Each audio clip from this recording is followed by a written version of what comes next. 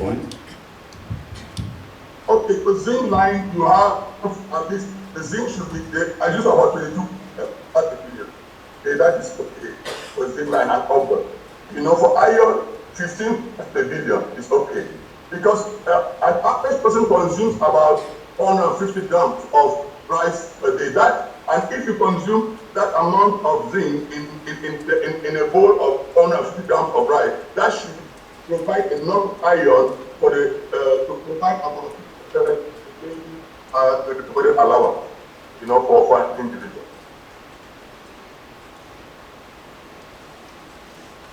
Thank you, Sally. Thank you, Julian, for the question. So again, I think a good understanding of grain quality, and I think what are the key drivers among the prevalent varieties available in the existing market segments is the key. And I think, Sally, you have laid out this very well. We want to thank you for having that clear mindset, and also you are really focused on throughput also for the breeding program. So again, thank you for that, and I think it's something we have to really improve every cycle we move forward. So it's very important to be mindful of that, and also thanks for optimizing all those the processes and the throughput that you have created in the lab. It's quite impressive. Thank you again for your time, Sally. Thank you.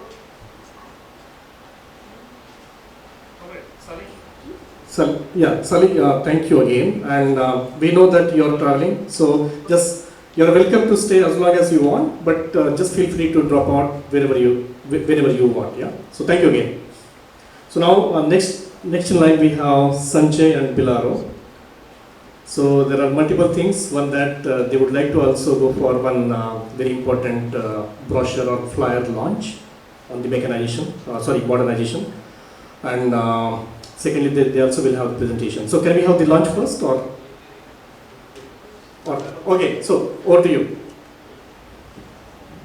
Thanks. It's a little complicated thing because we are standing in between lunch and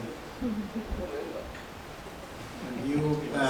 We have two presentations. I'll just go through quickly to set the stage, and then Bilaro is going to take over about the breeding modernization activities going on in Tari for almost 1.5 years now. So with that, actually, if you remember, we assembled in May last year in Kenya during the ESA workshop, and then we did some kind of survey, and then the breeding modernization came out to be the one of the highest priority area for most of the national partners. And since then, I think in this room about 60-70% of the people, they were able to attend the capacity building workshops on the breeding modernization, because this is within a year. This is the 5th workshop we are going to have take on 31st and the 1st. The first workshop was held at IFAKARA, where the 35 to 40 breeders from all the IFAKARA research stations, they participated for about a week on the hands-on training, followed by the workshop where the Mozambique and the Kenyan, all 6 stations from Kenya and all 6 stations from IIM Mozambique. These people, they were assembled there for about a week in Moya, which was courtesy of Ruth here. And then we had a very big workshop in India where about 16 different African countries, national partners participated in India on breeding modernization. And then recently we have concluded a big workshop in Ghana, where some of you have participated along with the different national partners from Western Africa. So mostly you know that what is breeding modernization as of now, but there are a couple of new faces here.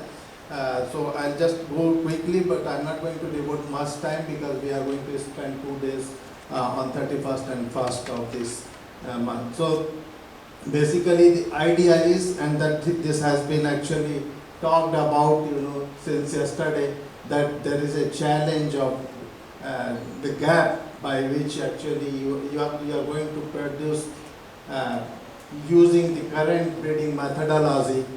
The productivity will reach here by the year 2050, and then the demand will be different. So this is not only in the rice, in all the crop, the situation remains same. So the major challenge what we have here is actually in last 60 years, if you see that what has been the genetic gain for a very favorable environment irrigated breeding program, it was about 0.3% in last 60 years. And in order to meet this challenge to feed the population in 2050, the estimated genetic gain which is required is about 1.2 to 1.5% annually. And this is what is the target which has been given by the donors to all the CGIAR centers and also the national partners. So when we talk about the food security, there are two major players. One is the CGIAR global breeding programs and then the national programs, and both are equally important. In recent years, if you see last 3 to 5 years, the CGIAR global breeding programs have undergone modernization, and what you have learned this morning, and also since last 1 year in the different forum, we were talking about one rice breeding strategy. So that is actually the integration of all the modern breeding principles, practices, tools and services, and how to do the breeding now onwards in order to meet these challenges and in order to achieve the genetic gain, which is a very ambitious goal, which we were not able to do it in last 60 years. We are talking about 3 to 4 or 5-fold increase in the genetic gain from now here in the next 20 years. The second major challenge we were talking about in many discussions, it came that there are 30 to 35 years old varieties are still prevailing in the farmers' field, and there is very less adoption of the new varieties. It does not mean that the new varieties were not bred. They were bred, they were released, and if you talk about India alone, there are about 1600 rice varieties released since 1965. But in the farmers' field, the situation is very different. Only about 24 varieties which were bred 30-35 years. And the similar situation is here in Africa. And this is also, again, I'm telling, is in all the crops, not only in the rice. The same situation is there.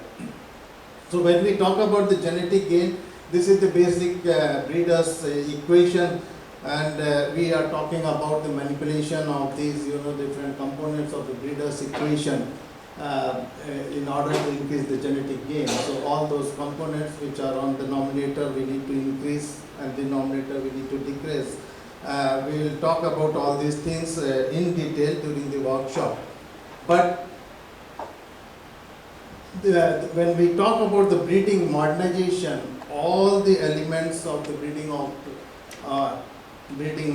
modernization, they are one way or the other way, they are actually manipulating the different components of the breeder's equation in order to increase the genetic gain. So that is the theory behind this breeding of modernization. Quickly, when we say the breeding modernization, we have put it into the two different baskets. You can say all the modern breeding principles and strategies, we put it in one basket. We call it as a breeding excellence, where we have seen since yesterday we are talking about the market intelligence, demand-driven breeding, new parental selection strategy, the QG-based elite by elite breeding. These terms are no longer new for you because we have introduced that in last 1 year in several different meetings, breeding optimization, rapid cycle breeding, and yesterday we have seen the genomic selection and the predictive breeding while doing the varietal advancements. All the tools, technologies, innovations, and then services, we put it in another basket. We call it as the operational excellence. And there we start with a baseline assessment of a breeding program, speed breeding technologies, the smart breeding technologies, digitization and other things, costing of breeding operations, and so on and so forth. We are going to deal these things in detail during the workshop. So one thing which is very, why this is not moving? No, it is. So one thing is actually when we start working with any of the national partners, the basic thing is what is the current status of the breeding, existing breeding program at your place. And that is what we call it as the baseline assessment. It's about 350 to 400 different questions in different areas, and based on that, because each and every national partner is unique, so you differ in hydrology, you differ in geography, you differ in your strength, you differ in your resources, and the mandate of your institute. And after understanding all these things, we come up with actually the improvement plan, and that improvement plan differs from one NAS to the other NAS. And this is the exercise we have done with almost all the rice breeding program, major rice breeding program in Africa. And we have completed the baseline assessment of TARI, IIM in Mozambique, CRI in Ghana, ISRA in Senegal, COFIFA in Madagascar, and NARO in Uganda. And then most of the national programs we are doing the assessment in South Asia.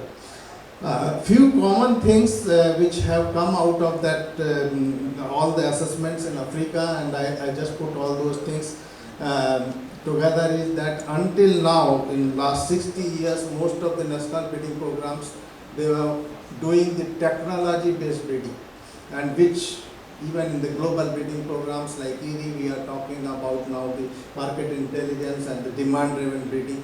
And most of you have heard since yesterday, and you talked about the demand-driven breeding. So the opinion of the rice value chain stakeholders are important now in order to design the future products. So that should be aligned to these things. So we have worked with we are working with all of you, and then most of the time we are saying that you need to create a multidisciplinary product design team which can give you the input how to go forward. So basic bottom line is that we are switching from the technology driven breeding to the demand driven breeding. The second major problem was actually all your breeding schemes were in the brain of the breeders. This is what we started documenting so that we can really recommend that where the interventions, where the modern breeding principles can be implemented to increase the genetic gain. So most of these breeding pipelines of the different national programs have been now documented.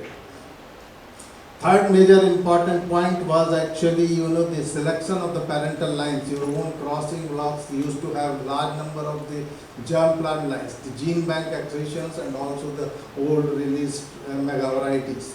And we are talking about the elite by elite line. So the selection of the parental line based on some kind of the genetic merit, and we have discussed this with most of you, and we are going to do it in the workshop also, that it needs to be some kind of genetic merit by which you need to select the parental line, not only based on the phenotype. I think this is the ERI. If you see any crossing block, which existing crossing block, it has large number of the released varieties and then the germ plant cells and lances. That's what we need to get rid of. Then we talked about the launching of several, the NAS-friendly, cost-effective, accelerated breeding technologies. We have seen that it is taking in a massive way in South Asia. The RGA, the field RGA, and the field nursery, these are the technologies which were introduced to all of you. See the scale at which actually it is operating now in India and Bangladesh.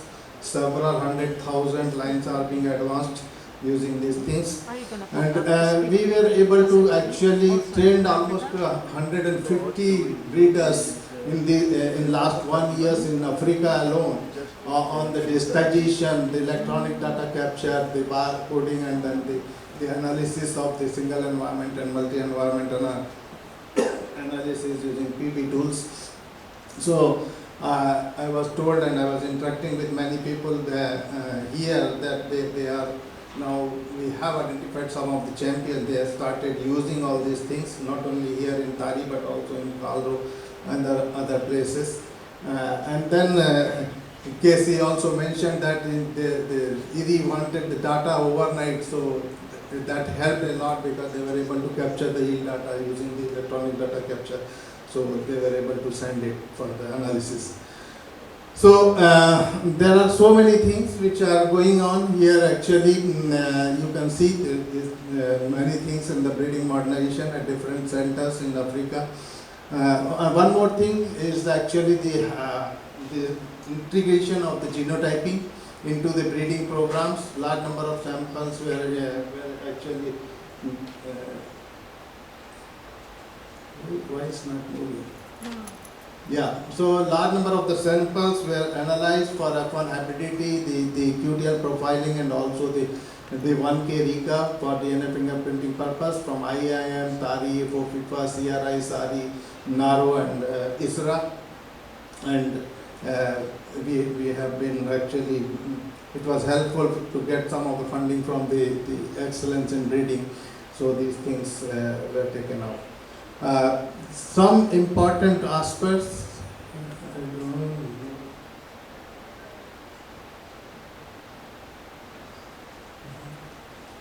Why is not moving? Yeah, now it is moving.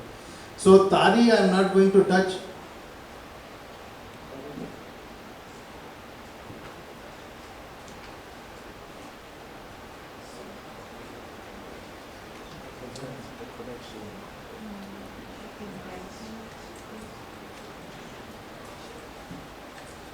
So there are actually many activities. As you have seen, there are different elements of the breeding excellence and the operational excellence, and then different national programs in Africa. They have initiated different components for their breeding program. A lot of progress has been made in last 1 year. Yeah, you can see.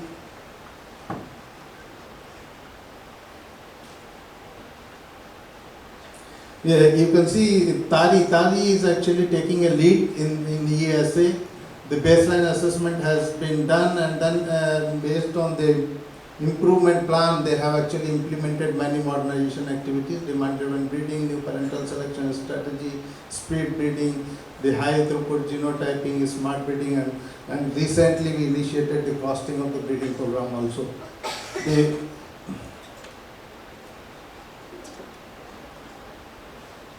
IIM has also initiated some of these activities in Mozambique, the Herminio and team.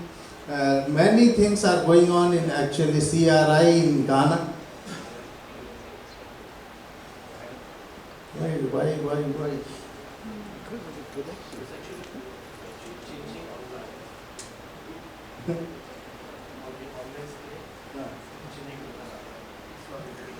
Yeah, now it has. So you can see the CRI Ghana and also in Congo. I think in order to save the time, I'll go fast. So also in ISRA, Senegal, and then the Crop Breeding Institute in Zimbabwe. One of the recent addition, actually, we have been working since last 3-4 months on the costing of the breeding operations in rice. And TARI is actually one of the first institute where we are able to do the costing of the, we are able to develop the all the detailed breeding operations and activities, and we are able to do the costing of each and every different component now. So how the breeding rice breeding pipeline, especially this is the lower land irrigated program, looks like in terms of the cost is about 58% testing and trialing, jump round development is 42%. We have the cost of all these different stages available, and also even the details that how much a trial is going to is costing now in Dakawa, Ifakara or Ukiligulu or Yule. These things have been worked out, and we are working with these many different institutes on the costing of breeding operations in their respective countries. So with this, I'll invite actually the Bilaro to give the details on the TARI breeding program.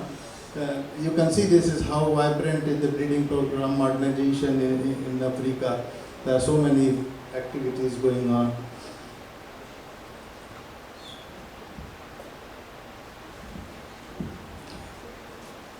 Thank you very much. I think I won't have much to, I'll be just showing the slides because everything has been talked to. by Dr. Sanjay, but I want to appreciate the kind of support that they have been getting to be able to modernize. Actually, it started in 2019. Me and Dr. Casey had the opportunity to go to Bangladesh to learn on how one of the NAS program, which is more advanced in terms of breeding modernization. So I will be presenting on what we have done so far and where we are, and how is it benefiting us actually in terms of saving resource. So this is the divest of the rice ecology in Tanzania, the production potential. You can see that variation. So which means also in terms of trade variety development, there should be variation also that need to be targeted. That's why it's very important to have develop products that are targeting a particular area. The baseline assessments what we started with, and we identified some of the priority areas, especially based on the market survey, demand-driven breeding, provide feedback on what we needed to really focus on when we are developing the products, but also to improve on how do we select the material, the parents that we are going to use in the crossing block, and also to modernize in terms of how we are collecting the data, so that we increase the accuracy, but also the time, the shortening the time, as you could see that now the data that is being shared within the network with our partners is supplied very within a short time. But also now you see we have also been able to develop the costing of the breeding program, at least to know how much does it cost. So when we are sharing, for example, the budget, at least it's based on the evidence. It is evidence-based. So I think it reduces a lot of questions. Why are you putting such amount? There is at least something which is a document that can tell. So when we did the market survey, this is the kind of information that we generate from the survey. So these are the most important traits, but also within the country, as indicated, the diversity, there are areas where you find that certainly traits are very important. Yeah, it's a priority. They are priority traits, and so when we're doing deployment, at least we are more focused. But these are the key traits. For example, there are areas where the plant characteristics, the robustness in terms of drought tolerance, diseases, is very, very important. It means these areas have these challenges. But there are areas where drought is not much of a problem, but for them it's like the consumers are the one driving the kind of traits that you need to deploy. For example, the taste, the grain shape, the aroma. Those are the kind of things now when we are informed. This information is helping also to develop a trait based on the market demand. But also, where we are now in Tanzania, for example, we know that we're also focusing on the regional markets. So the plan also is to understand the traits, the market demand traits within the region. So in the next phase, we'll also be looking at also to understand what are the consumer preferences in the region, so that also in the breeding program also include these traits, because we are also supplying in the region. So, and this actually the exercise was done including all the stakeholders, be the consumers, but also processors, the farmers, and along the value chain. And the team that was involved with the support of IRRI the team that was involved was multidisciplinary, so we were able to capture all this kind of information, but also we had a validation workshop that we did also to share the feedback, at least confirm that what was generated by the team is really reflecting on what is the feeling by the different stakeholders. So, and most of these focus actually on the variety that we are looking at, maybe to replace, there is a sarophyte for the irrigated, but the super type for the rain-fed, but also for those who say talk of upland, there is Nerica 7, which is also having a share bit of market share. This needs also to be replaced. So this kind of information has been helpful. Now I think we are more focused in terms of what we are doing based on the material that we want to develop. Initially, when you look at the way we used to do our crossing block was based on released varieties, where you look at the high yielding variety and you cross with another high yielding variety. But we did not maybe think of maybe those are high yielding because of their parents, yeah, because of the breeding value of their parents. So we were thinking maybe this also could give a high yield. But with this new knowledge of understanding that also a high yielding variety may not be necessarily a good parent, so it's now we are trying to understand. So that's why we are shifting now towards based on the data that is supplied, shared, based on breeding value, so that our new crossing block is now changing from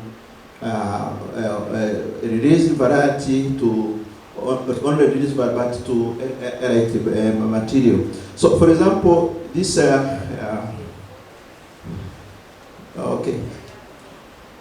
With this information, for example, from the breeding nursery, as with the exercise we had yesterday, the information, for example, currently the problem is BLB, yeah, it is a problem. So based on this information, at least we know which are the parents that you can know also pick, but also by looking also some of the breeding value for yield, yeah, because we want to go for a parent that have low breeding value, which has all the important genes that are available.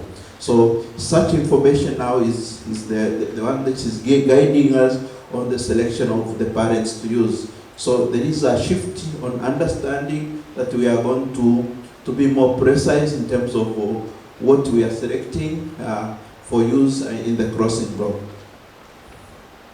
So, and now also we are slowly integrating the speed breeding. You can see these are RJ fields in most of the station. Actually, some were planted late in April, they are ready for harvesting, which means we will also go to the next planting within the same year, which means at least there is the possibility, if we had started, for example, in January, we would be having maybe 3 generation. Yeah. So this is the kind of improvement that we are adopting slowly, but I think we are in the right direction. But also we are sharing, trying to see how easy it is in terms of the size of the area. You can see the number of material that you can have just with this small area.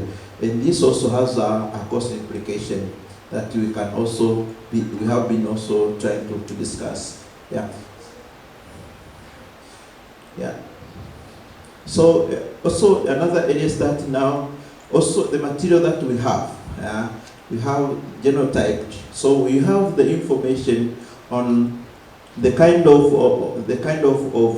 for example, these are we genotyped about 188 lines within our program to understand what the kind of genes we have and what we are lacking, so that maybe for example, when you look at the red color, it means this particular genes are not present in our program. And this help, for example, we know, for example, the rice yellow motor virus is not there. but also, for example, the genes Damien was talking about, for example, XA13. In the material that we screen, we know for sure we don't have. So there is no need of trying to look for maybe to inaugurate by thinking that we have. So at least we know what is missing and what we need to improve or to increase the material that we have. But also now with the F1 confirmation that the process that we are doing, we are advancing. We have through this service, and now we are sure we are advancing those we are through F1, which means they are heterozygous. Yeah. So we are minimizing, removing the chance of just advancing the cells, which means without this service, we would be just advancing something which is not making any help. So this is the kind of understanding, but also the advantage we are seeing, that the confidence that what I'm advancing is that through cross, maybe with the important genome, because we are doing the genotyping. So this is very important, and this is what we have seen. And also with now digitization, most of our staff actually, we don't have the gadgets, but all the mobile phone for most of our technicians have the app for the field book for data collection. And this has been helpful, at least to start with, that the data, the delivery rate has been shorter, and maybe the accuracy, because we could look at the little bit of the quality of the data. Everyone is a witness, and this is an improvement within a short time. At least we also have been increasing the confidence, but also the delivery time that they're using, you know, that after harvest and when you share the data. Even for us in the planning, we are able to use such tools to be able to move faster in terms of advancement. So for capacity building, several programs have been there. This is okay. I'm finishing. This is within different support program, from the excellence in breeding, but also through various IRRI supported program. Our staff have been attending other training within the region, but also within the country. And also, we always have the regular internal capacity building. Just to do that, so each time, almost every month, visiting these colleagues, we are discussing also what are the challenges and how do we move. Yeah. So this has been instrumental in terms of improvement. You can see this is the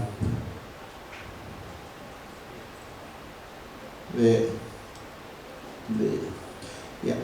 Another area, the final one is that these are the different programs. This was in Arusha with the BMS team. You can see this is Lenin, but also this is in Ifakara, and this is in India, but also have been other training where our staff, our scientists have been also attending some of this training. And another important part is that what we are doing is being appreciated by other programs. Actually, this year I was asked to make a presentation on the sorghum and millet network that we met in Uganda in April. They wanted to have our experience, but also in May, the Central and Western Central Africa Government Improvement Network members also asked me to share the experience that we have with this improvement. And it was really exciting based on the number of feedback that we got. So, which means if we have more support, we can also be an example like what is Bangladesh is to Asia. So, of course, we are not yet there. We really still need a lot of infrastructure, more capacity building. As I say, for example, we need to have people trained on biometrics and other areas, so that even before we share the data, we can also do internal quality check, yeah, that what is happening, so that we can make a cleanup. Otherwise, I'd like to thank all those and you also. Thank you.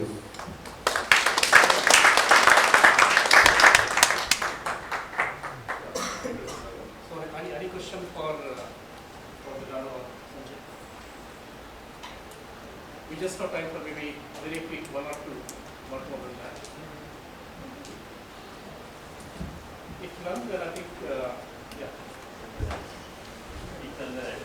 Yeah.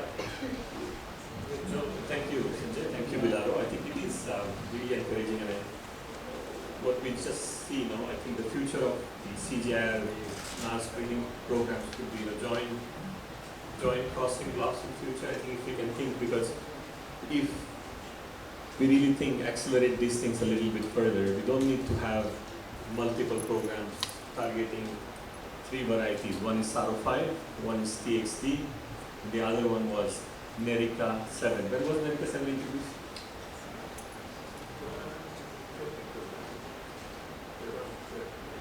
So I think we can see and also assess how we can really make these networks effective.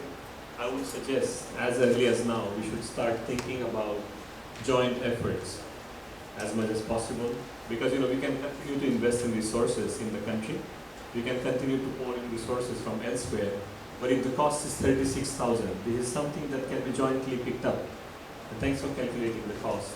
I do think we need to, if you're targeting Dennis Southern Highland, for example, or Lake region, even if Akara, Dakawa, or Dodoma, or anywhere else, we should be in a position to really see if we can jointly move these things forward and probably make this as an example program for East and Sub-Saharan Africa. What that will help us is have a lighthouse partner here, and that will help also to repurpose resources elsewhere where we can also support.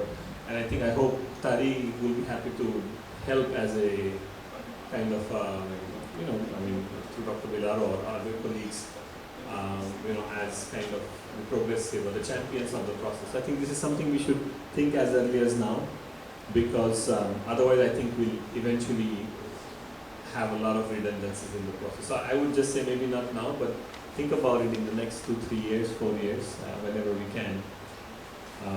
Because if Saro 5 is not replaced, TX is not replaced, and Nerica 7 is not replaced, I think one would wonder what are we doing in this case. So I think, sorry to be upfront and blunt, we don't want to just do a mental exercise. I think we should think about it. That's when the joint networks can really strengthen. Sorry, I don't know if anybody else has any other comment, but I thought this is important to say at this point. And those resources could be used elsewhere, for the things that we mentioned. Thank you again to both of you and the entire team, and congratulations on the progress. Thank you.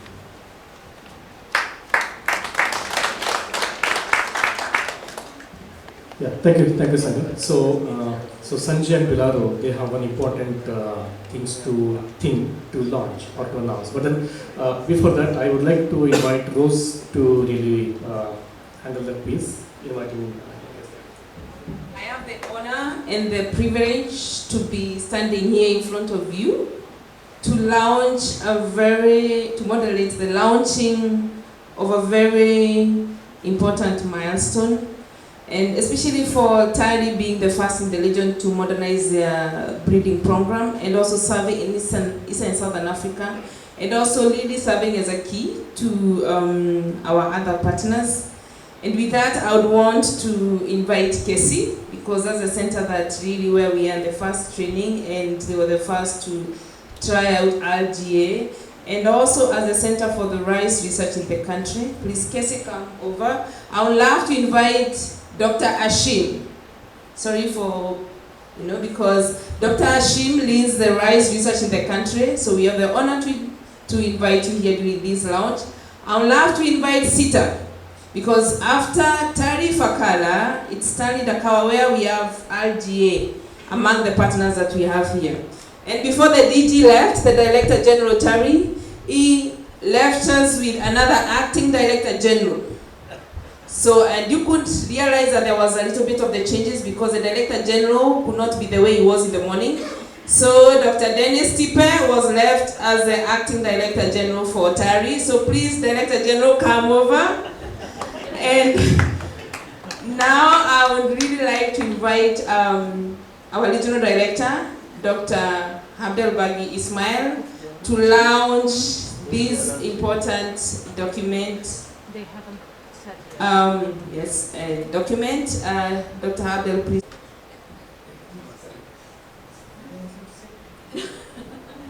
Well, thank you. This is really great, and rice modernization has been a dream for us really at IRRI, and then when it became reality at IRRI, the second step of us is to start bringing that to our national program, and I'm very happy to see that our colleagues here were able to make it. So congratulations, this is really great progress.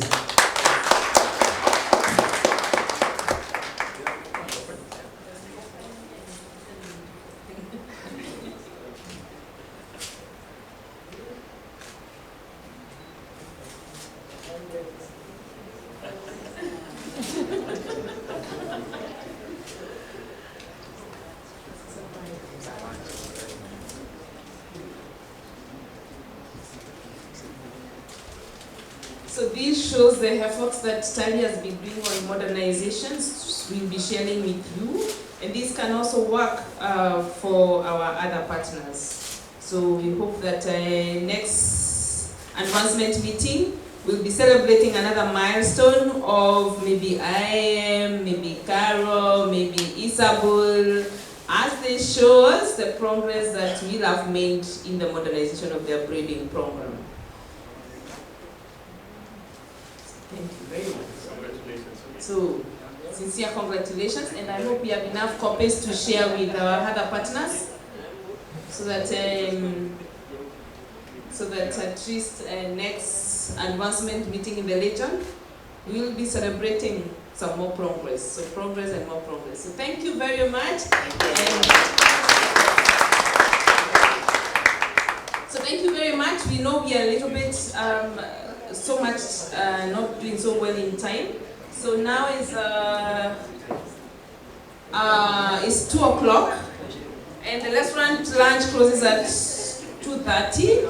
So we should be back by 2:45 to start the afternoon program. Remember to pick your voucher for lunch.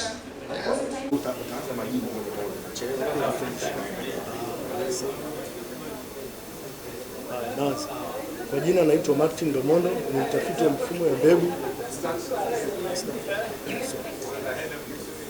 Kwa jina naitwa Martin Domondo, ni mtafiti wa mifumo ya mbegu kutoka Taasisi ya Kimataifa ya Utafiti wa Mpunga Ulimwenguni inayojulikana kwa jina la IRRI. Leo hii tunafanya tafrija ya kuzindua mfumo rasmi wa kukusanya mahitaji ya mbegu ambao utasaidia kuwawezesha wadau mbalimbali wa mfumo wa mbegu nchini kuweza kupata mahitaji halisi ya mbegu ya mkulima na kuweza kuweka ufanisi katika mipango ya uzalishaji na usambazaji wa mbegu za mpunga hapa nchini. Hivyo leo ni siku muhimu sana ambapo mfumo huu ambao una uwezo wa kukusanya mahitaji halisi kutoka moja kwa moja kwa mkulima unakwenda kuzinduliwa, na hivyo kuweza kufanikisha tatizo ambalo limekuwa likikabili nchi la kutokuweza kupata mahitaji halisi ya mbegu, ambapo imekuwa ikichangia wakulima kutokuweza kupata mbegu za kutosha na wazalishaji kutokuweza kufikisha mbegu hizi moja kwa moja kwa wakulima. Pamekuwepo na matatizo kama baadhi ya makampuni ya mbegu kuzalisha mbegu na baadaye kulalia mwaka kwa kushindwa kuweza kuyauza, na pia pamekuwepo na matatizo ambayo wakulima kumbe wanahitaji mbegu lakini hawana taarifa halisi ya wapi panapopatikana mbegu. Mfumo huu utawezesha wakulima kuweza kuona moja kwa moja ni msambazaji gani wa mbegu na yuko upande gani au yuko mahali gani, kama ni karibu naye au ni wapi, kuweza kufuatilia na kuweza kupata mbegu hizo. Pia mfumo huu utawezesha muuzaji kuweza kuingiza kiasi gani cha mbegu alichonacho kwenye mfumo, na hivyo kuwezesha kila mdau ambaye ni mkulima kuweza kufikia zile mbegu, kuziona na kuweza kuweka oda na kuzitumia na kununua. Kwa hiyo leo ni siku nzuri na nitashukuru sana. Asante sana. Sawa. Mfumo huu unafanyaje kazi? Mfumo huu unaunganisha afisa ugani ambaye yeye anaenda moja kwa moja kwa mkulima na kumuuliza anahitaji mahitaji gani. Huko katika pande mbili. Mfumo huu unatumia application ya simu ya mkononi na upande wa tovuti, upande wa wanaita web portal. Kwa hiyo afisa ugani wa kata atakuwa anapokea mahitaji kutoka moja kwa moja kwa mkulima, tunaita mahitaji halisi, ambayo haya mahitaji ni mkulima anasema kiasi kile anachoweza kukinunua, kisha ndio kinaingizwa moja kwa moja kwenye mfumo, na hii itakuwa inakusanyika kutoka ngazi ya kijiji kwenda ngazi ya kata, ambapo ngazi ya kata afisa ugani wa kata ata-upload kwenda kwenye mtandao, ambapo itaenda moja kwa moja kwa ngazi ya wilaya, ambapo ngazi ya wilaya takwimu zitapatikana kutoka vijiji na kata zote kwenye wilaya hile. Afisa wa ngazi ya wilaya ata-approve, kisha hizo takwimu zitaenda tena kwa ngazi ya mkoa, ambapo katika mfumo huo zitakuwa zinakusanyika mwisho kabisa kwa ngazi ya taifa, ambapo ni mahitaji ya taifa zima ya mbegu yatakuwa yamepatikana.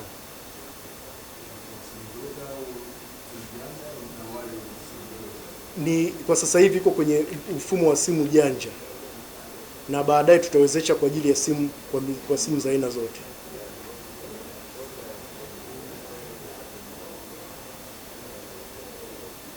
And what the features of the app, especially the front end and the back end support, what we can see from the app, and what type of data we can retrieve from there. And team also put a session where they will do the live demonstrations of this app by fitting the live data. And our colleagues, they are not able to join in person this meeting due to some other engagements, but they will join online from India to show the Seedcast app how they have implemented it in ESA. After that, we will have our demonstration. With this, I am now handing over this to Daniel to take over the proceedings of this Seedcast launch. Thank you, Vikas.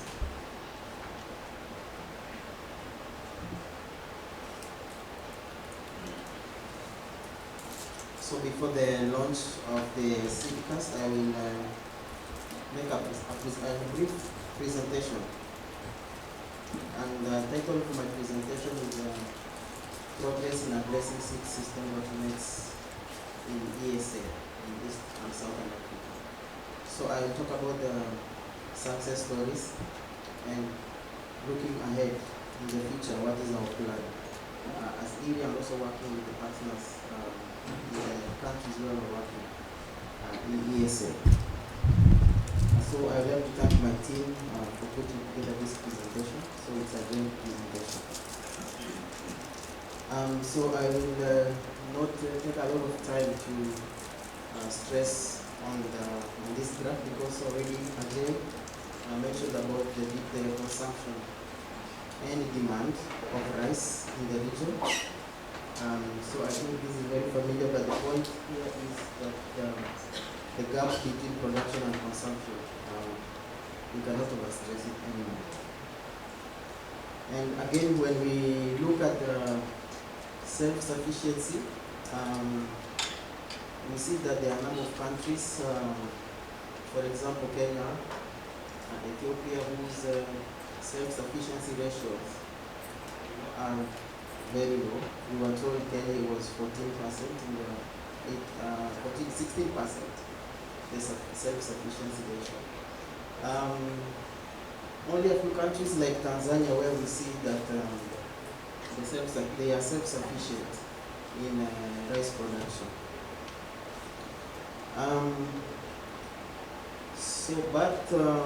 Actually the problem is bigger when we look at the productivity of these countries in sub-Saharan Africa. And we saw that Tanzania actually is self-sufficient, but when we look at the productivity, Tanzania, the average is about 2 tons per hectare. Actually, it ranks lower than a number of countries. And this can be explained because Tanzania is widely rain-fed production, as opposed to a country like Kenya where we do irrigated system. That's why the yield is a bit higher. But because of this, Tanzania, we can see that the productivity is lower. But for some other countries, like Mozambique, the yield is even much lower, less than 1 ton per hectare, according to USA data for 2022. So actually, there is a need to address all these challenges through a number of efforts. One of them is seed systems, and also there could be other interventions like in agronomy and so on. And talking about seed systems, what we often see is that usually there is a disconnect between the demand and what is being supplied in the market. And I want to take you to this table down here. And so you can see these are the statistics for rice supply. This data is for 2020. So the rice supply was about 71,000 metric tons, and this was in these countries in West Africa. And actually this scenario is replicated across Africa. But when we look at the need for seed, it was over 1 million metric tons. So we can see that the supply of seed doesn't match the demand. And when we look at the seed systems in the region in Africa, and we are looking at an example of Tanzania where we are right now. So we have the informal seed system, and this is where the farmer are getting their own saved seed. And here we found all the categories of rice varieties, including the traditional and the improved varieties. And normally in this kind of seed system, the quality check is normally by the farmers themselves. And also still under the informal seed system, we have the farmer exchange, and also the local market as a major source of seed. And another form of seed system is the formal one, and this is the one which is handled by the public and private sector. And normally here we are dealing with the improved varieties. And for the public institution, we are talking of examples like ESA, TARI, who work through contract farmers. And here we get very strict and stringent quality control measures by TOSCI. And in between there we have the semi-formal seed system, where we have the QDA seed system. And this is a system which is in between the formal and the informal seed system. And there is some form of quality control, but it's not so strict as the formal seed system. But nevertheless, it also plays a very important role in the seed system. And actually, the informal seed system accounts for almost 70 to 80% of the source of seed for farmers in the continent. So actually, there is a need to have the farmers. It's still a very important seed system, but the key question for us is how to make the farmers shift from the informal seed system to the formal seed system. And there are a number of factors which are required for a functional seed system. And for any seed system to function properly, actually we need a proper product development system, so where we bring in new varieties, high-yielding varieties. But all this requires, seed quality assurance through the institutions required to do that. For example, TOSCI in the case of Tanzania. As well as it needs, a legal framework to be able to facilitate this. And also it needs, proper national planning and coordination if we want to have a functional seed system. So there are a number of challenges why we cannot have, or we don't have that ideal system so far. So we have the demand side, and also we have the supply side. So on the demand side, we have the problem with the lack of awareness. So what we find is, there are a number of countries where there are a number of released varieties. Or a much more relevant example is the story of Komboka, which we are told was released in 2013, but it only came to be adopted in 2020. So one of the factors is the lack of awareness of these varieties. And also there is the problem of lack of access to the seeds of these improved varieties. And also there is the issue of affordability. These are all on the demand side. Then on the supply side, we have the inefficient resources for planning for the agencies which have the responsibility of doing that task. And also the policy environment might not be very favorable for functional seed system to flourish. And then there is the very common inefficient delivery mechanism, where, for example, in the case of Tanzania, let's say TARI is the institution of ASA which is doing the certified seed, but they don't have an effective delivery mechanism, so you find the seed doesn't reach the target, the farmers. So all these problems, all these factors contribute to low volumes and quality and reliability, which affects the seed system functioning properly. As IRRI, we have developed an approach of deploying and disseminating new varieties. So what we have done is, it is based on 3 pillars, which is, but first, we do what is called the market relevance variety selection. So here what we do is, once a variety is released, and what we have been doing from yesterday and today is, we have now targeted breeding according to the specific market segments. So it means, first of all, we have to understand what is the product or the profile of the products coming to the market. And then once we have information about the profiles of those varieties, we are linking them to the target market segment. And we have mapped the market segments, as we were told from yesterday, that those market segments have been mapped according to the countries. So then we are linking the varieties to the relevant market segment. And then we have a 3-pronged approach where we do the market-driven product position. So it means that it's not every variety we promote everywhere. It has to be linked or matched to a particular market segment. And then another pillar is the strengthening of the seed supply chain. Because once we do the positioning and the promotion, these are supposed to generate demand, then we have to make sure we have enough supply of the seed. And then there is the value chain approach, which we integrate, so that we have the seed value chain approach where we involve all the stakeholders in the rice value chain. Because what we want to have is, once we do the promotion through variety cafeteria and other approaches we are doing, and then we do the strengthening of the seed value chain through activities like QDS or strengthening the nurse partners in early generation seed production. Then you want to have a system where the producers are assured of a ready market of the varieties we are producing.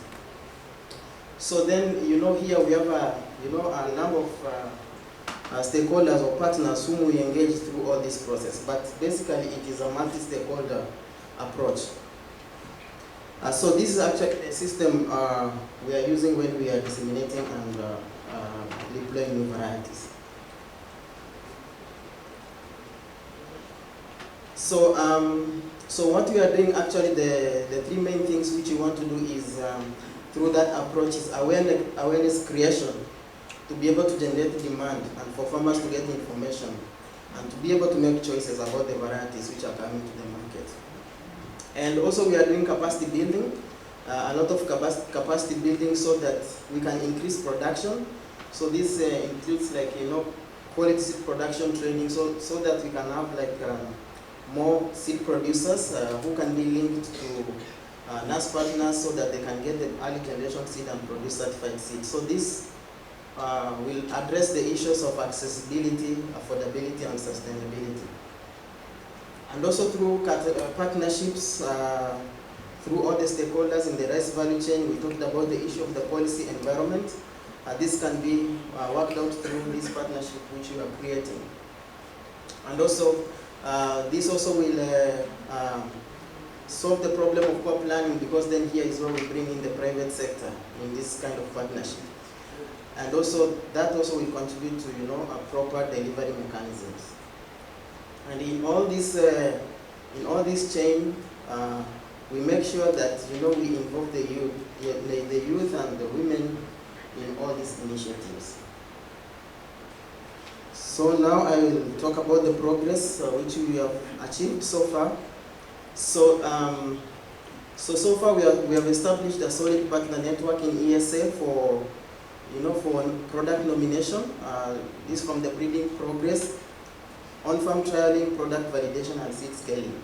So we have collaboration with NAS partners in a number of countries: Kenya, Tanzania, IAM, in Mozambique, ZARI, Ethiopia, Naro, Malawi, all those, and all of you are here.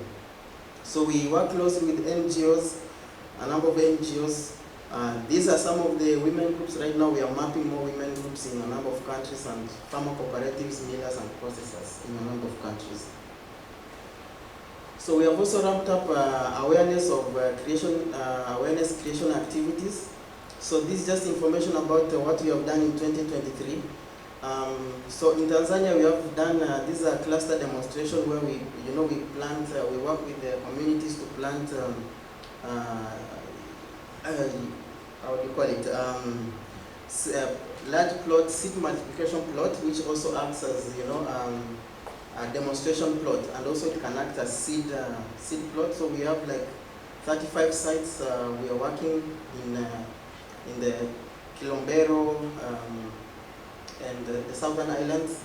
We're also doing the head-to-head trials in Kenya, 24 of them.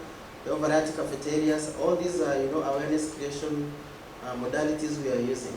So you can see we have really done a lot. Like in this year in Tanzania, we had almost 80 tripod sites. In Kenya, we had 62. In Mozambique, we had 40. Also, we are strengthening the NAS partners in the capacity to produce early generation seed. And this is one of the recent activities, and I think Dr. Ruth mentioned about it. We donated a seed dresser to one of the Calro centers. And actually, this is the manual way of doing it. And actually, this is even better. Some of the places, this Calro, we found that they do seed dressing using a bucket, 20-liter bucket for dressing the seed. But just to demonstrate how different this is contributing the seed system, you see when we are doing the mechanized system, you only need one labor, and you can dress to 3 to 5 tons per hour of seed, and you just need 1 hour to dress 3 to 5 tons. But using the manual system, this one, they need 9 people, and they can only do 1 ton of seed for 8 hours. So you can see the difference it's really causing in terms of how it's contributing the quantities, and also reducing even the cost of processing the seed. And also we are making huge steps in decentralizing the seed scaling systems. So we are working closely with partners through partnerships like in Mozambique, through the IRRI, GIZ partnership. We are working with milling companies and community-based seed producers. And currently we have more than 35 tons of certified seed of improved varieties which are under production in 2023 in Mozambique. As I mentioned earlier, in Tanzania we have 35 farmers registered as QDS producers, and these are planted 30 acres of AfricaRice 1 and 2 under QDS in Tanzania. In Kenya, as IRRI, we facilitated an agreement between Calro and Advanta, and as you know, Advanta is a worldwide seed company, and this company signed an agreement with Calro, and they will get early generation seed from Calro, and then they can produce certified seed and distribute it through their channels. So these are some of the initiatives we are doing to decentralize seed production and scaling. So these are just examples to demonstrate some of the NGOs also we are working with. In Kenya we have the LDRI and the NESIP, and you know, through this kind of engagement also, more women are getting trained on not only seed production but also on agronomic management, and also we are supporting them with some, you know, like tablets. You can see we are donating tablets which they can use in data collection, and just training farmers and giving them information about the available varieties. Another initiative we have done is the integration of digital tools to strengthen the seed chain, and that's why we are here in this session now, and looking at the seed value chain. So as I mentioned earlier, first of all, we start with working out the network of partners we are working with, and selecting the varieties, and we look at the scope of capacity boosting. Then we do the capacity building, and here in the production and scaling is where we are introducing now the seed cast, so that it can be able to contribute in this component of the seed value chain or the roadmap. We're also doing quality seed production training. We have done a number of seed production trainings this year.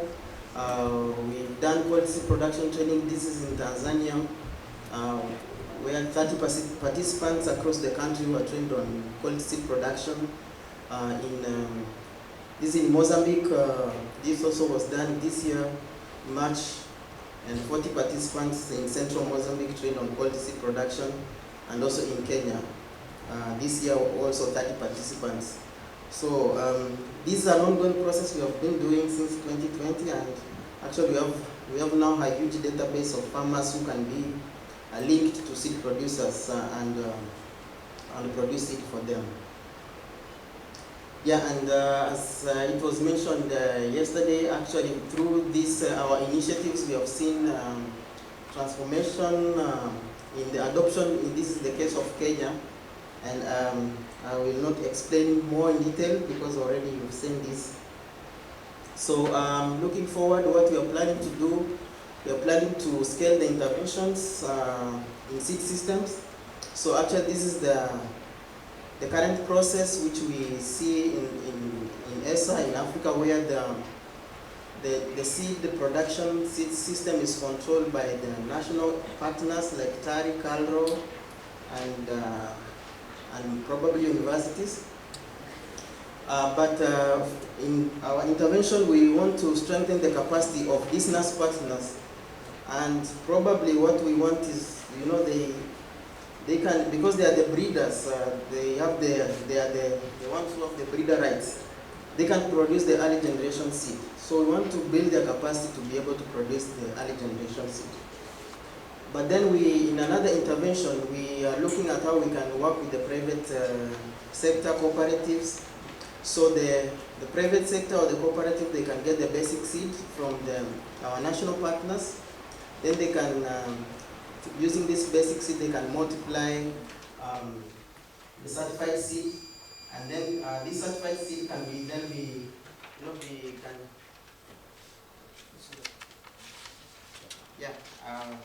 you hear me? Yeah. Okay. So the private companies, they can, and the farmer groups and the cooperatives, they can then multiply, you know, the basic seed and then get the certified seed, then they can distribute through their channels. And this system will ensure that there's access of seed and also affordability and all those challenges which I've explained before.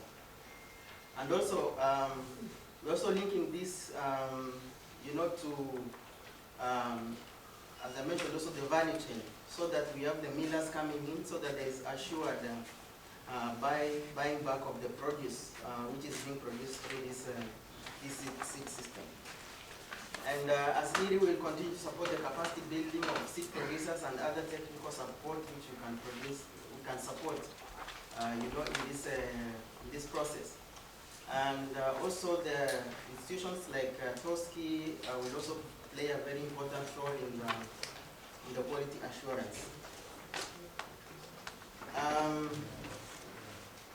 Let's keep that slide. So we also continue to work closely with farmer cooperatives, and we have seen a real transformation of working with cooperatives, because still in this In ESA, the strength of cooperative is still very strong. And in Kenya, we have worked with one of the cooperatives, the MRGM. It's called CGIAR Growers Multipurpose Cooperative.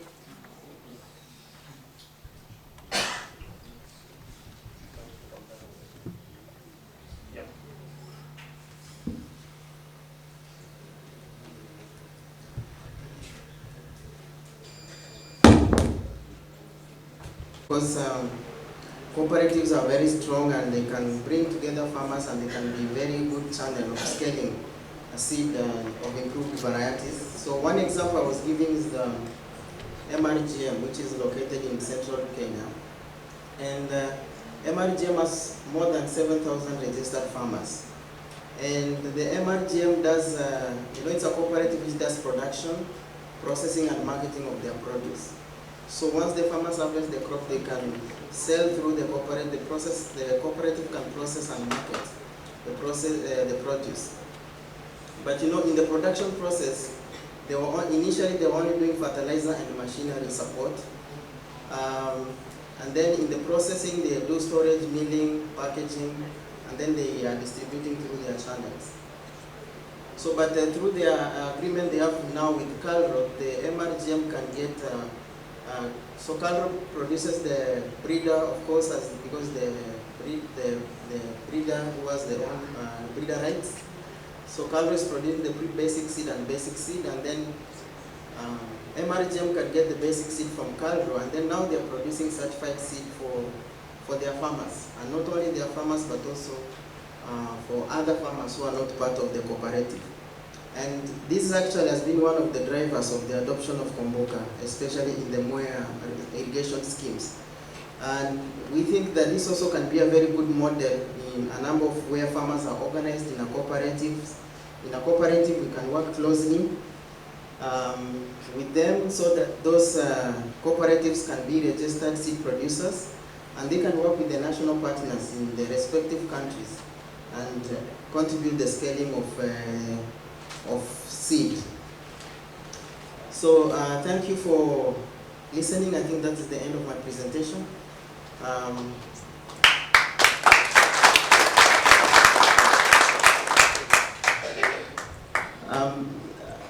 I don't know if there is a question. If there is no question, then we want to move to the next session.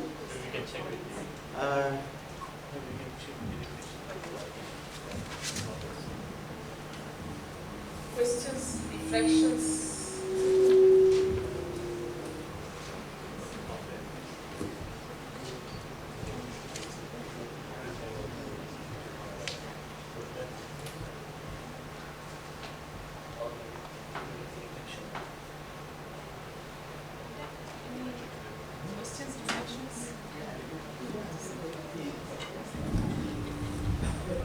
Well, thank you so much, Daniel. This is very good progress. As you know, the seed system and seed availability and delivery in time is now a major bottleneck in our progress. You have seen over the last 2 days, or 1 day and a half, how much progress we are already making in developing varieties. But without having a vehicle to deliver these varieties to farmers in time and quality, we will not be able to move forward. And I think our progress in Asia actually teaches us a lot about this progress, where we even developed a system that can monitor seed requirement early on, and then make sure that you have aligned private companies to be able to produce that material. Place retailers at village level where they can actually work directly with farmers even for demonstration, and make sure that the seed will be delivered. We are hoping that an efficient system like this will be established, and I think having the seed card system is one step forward to streamline this process where the farmers really can have. It was excellent, and we have seen it working quite well in Kenya. As we talked before, also we need this model to be replicated in all countries where we are working now to make this happen. So it's really excellent work, but we are looking for this to expand and cover all the countries where we are working.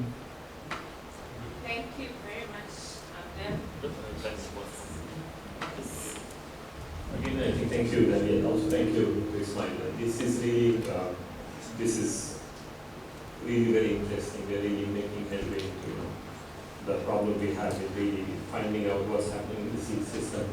There was just a suggestion from PS yesterday, and if I understood it correctly, I think that will be a good suggestion, because then we can really track how much is the movement, how many farmers you know, are really probably part of this whole. I think maybe we still have to do some back end. Yeah. For the PS, Ministry of Agriculture, you mentioned that they have a database for farmers that have been registering, so it would be very good to link with the seed class. And also to mention that the seed class is also in Swahili, so it doesn't mean that they cannot translate it to French and other countries, so we'll also be keen to spelling it to other countries. Yeah, Swahili, yes, it's also in Swahili. Any comments from the farmer representative or the people who are working? Any other comments? Questions?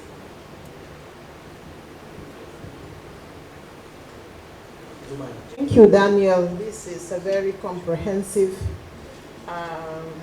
presentation. My comment is to see how we can probably close the loop in terms of when we go from demand-driven kind of approach, and at the end, evaluation and mechanism to get feedback into the loop again. Most times this is what is missing in our approach, particularly when we develop product profile. So if at the end we have started with this process, how can we intentionally, you know, go back to getting the feedback into the system from those that have used those varieties, and as well as the breeders who have worked on these pipelines or the products profile, and see whether we are making, you know, any good progress, and what the market or the end users are saying, probably comparison in 2-3 years time. The importance of this is, one, it will enable us understand not just the genetic gain on farm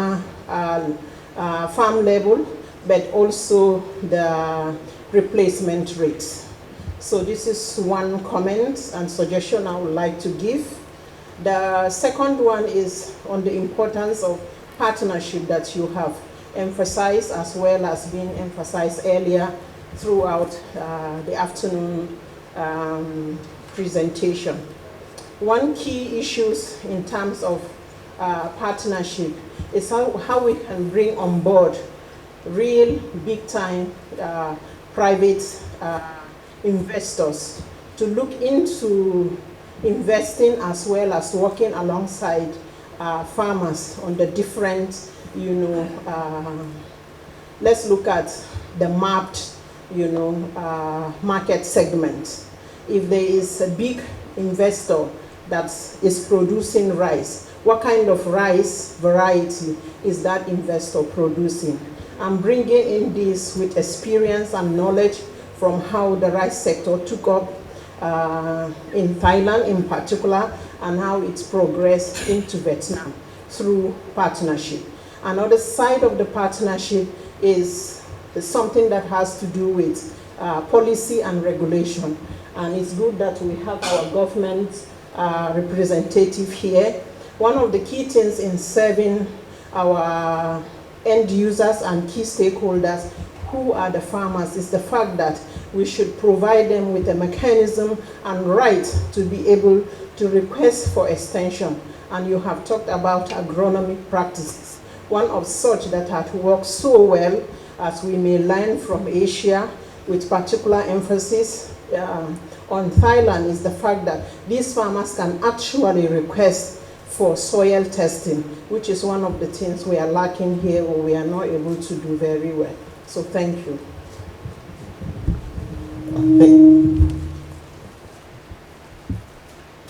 Thank you, Jumai, for those suggestions. Yeah, actually those are very important suggestions, and as I mentioned during the presentation, we really emphasize on PPPs because we think this is the only way we can transform the seed systems. I think the national partners are doing a great job, but we need to support them. They are doing a good work. But looking at the bigger picture, they can do a big job in EG, early generation, and then the private sector can support in scaling. But also, as you mentioned, also in terms of just general investment in the rice sector, if we have like a functional, let's say, seed system where there is, assured demand, supply, and even the private sector will even be very willing to invest even in research, as we see in other countries where the seed system is very well developed. So, I think this is a very, very important point, Jumai, that you raised. And also Daniel mentioned in his presentation about the importance of the public-private partnership.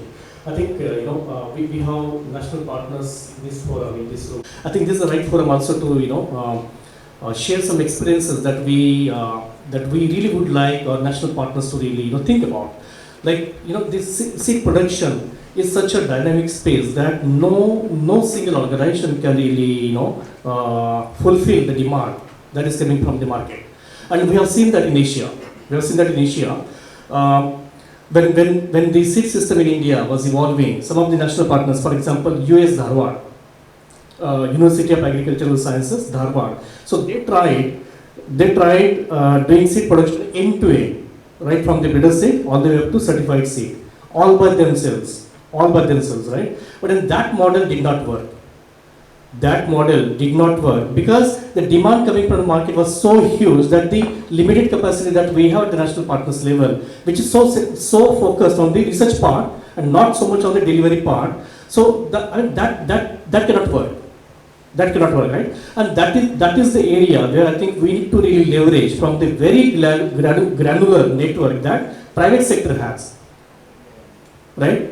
So while we are so focused on the research upstream, while we are so focused on the early generation seed production at the national partners level, let us also try to acknowledge that private sector can chip in very well at the places where they want to be or where they have to be. That's number one. Number two, many national partners that we have observed, they would like to keep the complete early generation seed chain with them, all the way up to foundation seed and so on.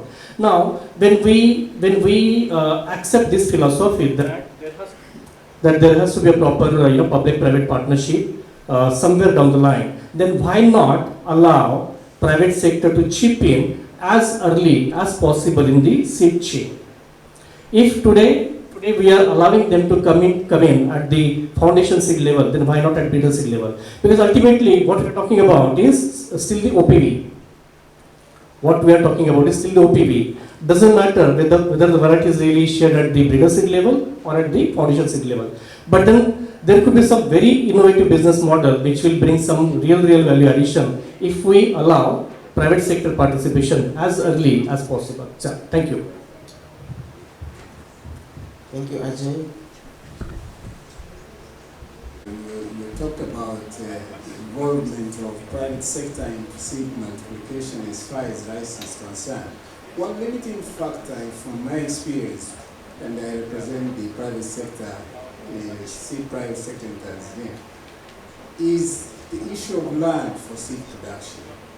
And you can bear with me that rice production is a very specialized area. We need to advocate for the government to have policies which will provide land for seed production. In the absence of this, the private sector will find it difficult to enter because we need irrigation, we need specialized fields for this kind of business.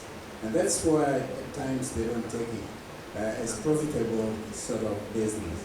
In my opinion, right now in Tanzania, what we're advocating is the government should think about land for seed production. And that point is always jumped by everybody.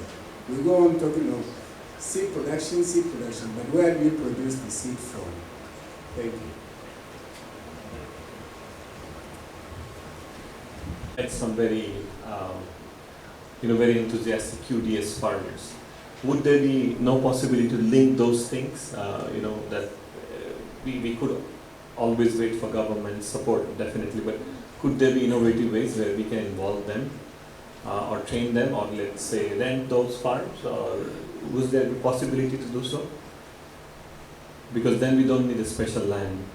We could probably optimize those fields or probably work with them. Is that a possibility? Is that something that can happen?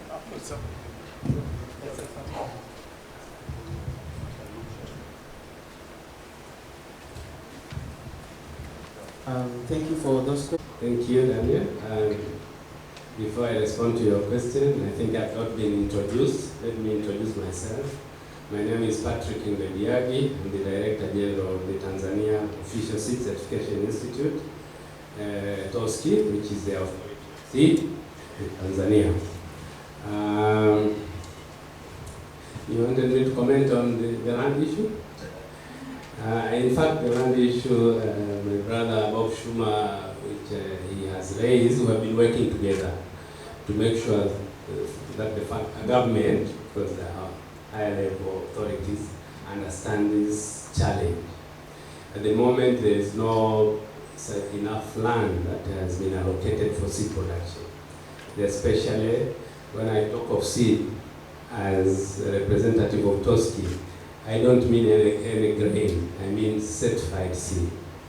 So for certified seed, there's not enough land which has been allocated for that, and we have been struggling in cooperation with the private sector representative, which is the Tanzania Seed Trade Association, TASTA, to make the government understand. And of course, the Minister of Agriculture now understand, but the other players, especially the Minister of Land, Minister of Finance, they say you are asking for agricultural land, and now you are confusing us again. You are asking for land for seed. What is the difference? They don't understand. We talk about the requirement of seed, special requirement for seed production, special requirement for example, for isolation distance. Some crops like sunflower, you need at least 1 to 1.5 kilometers in varieties so that you can have a seed. Otherwise, if it's less than that, that what you are going to produce is not seed, according to us, according to regulations. So we have been struggling to make them understand, and recently we had a very good meeting with the representative of the other ministries, the government, and it's at least getting through. The message is getting through. In one day, we will have set specifically for seed production. And so, in fact, in the future, there is a hope. I see. Even our minister now understands this, and so no problem. In future, I think it is going to be sorted out. Thank you for those comments.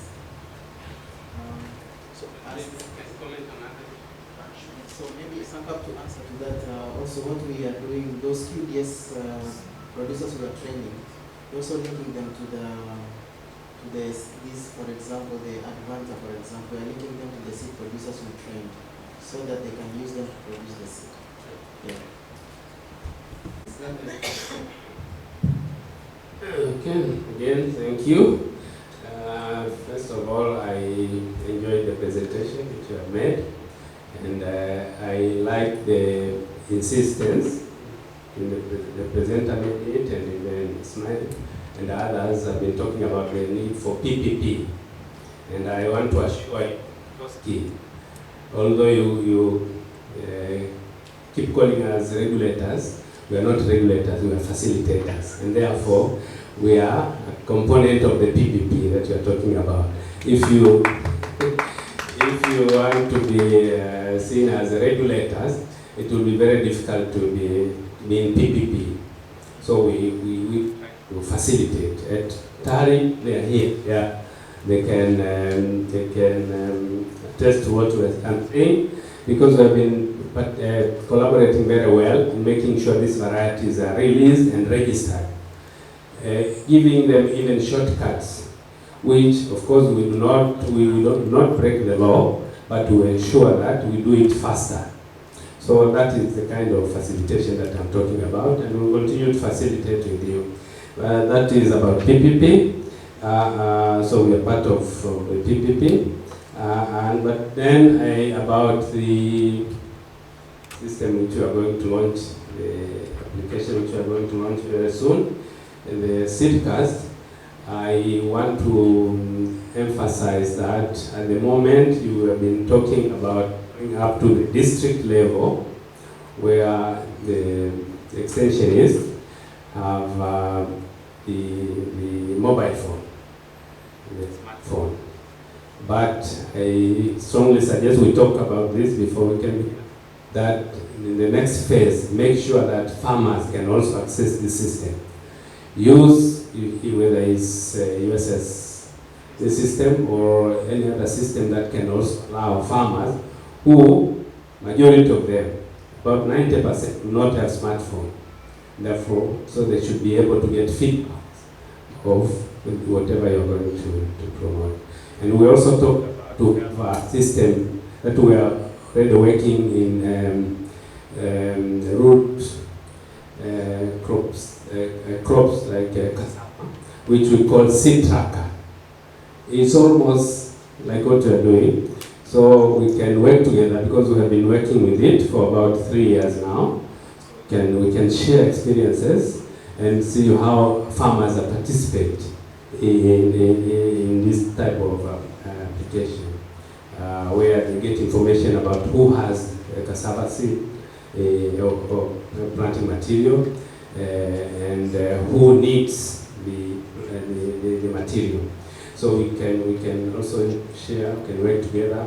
I don't know to house who is going to host this application, but Seed Tracker is hosted by Toski, and therefore, as I'm saying, we are in the PPP. We are also, we're not saying we must be the host, but if you want to share from to get experience from us, you're welcome. Yes, you're welcome. The other, which is the last one, is about the importance of using certified seed.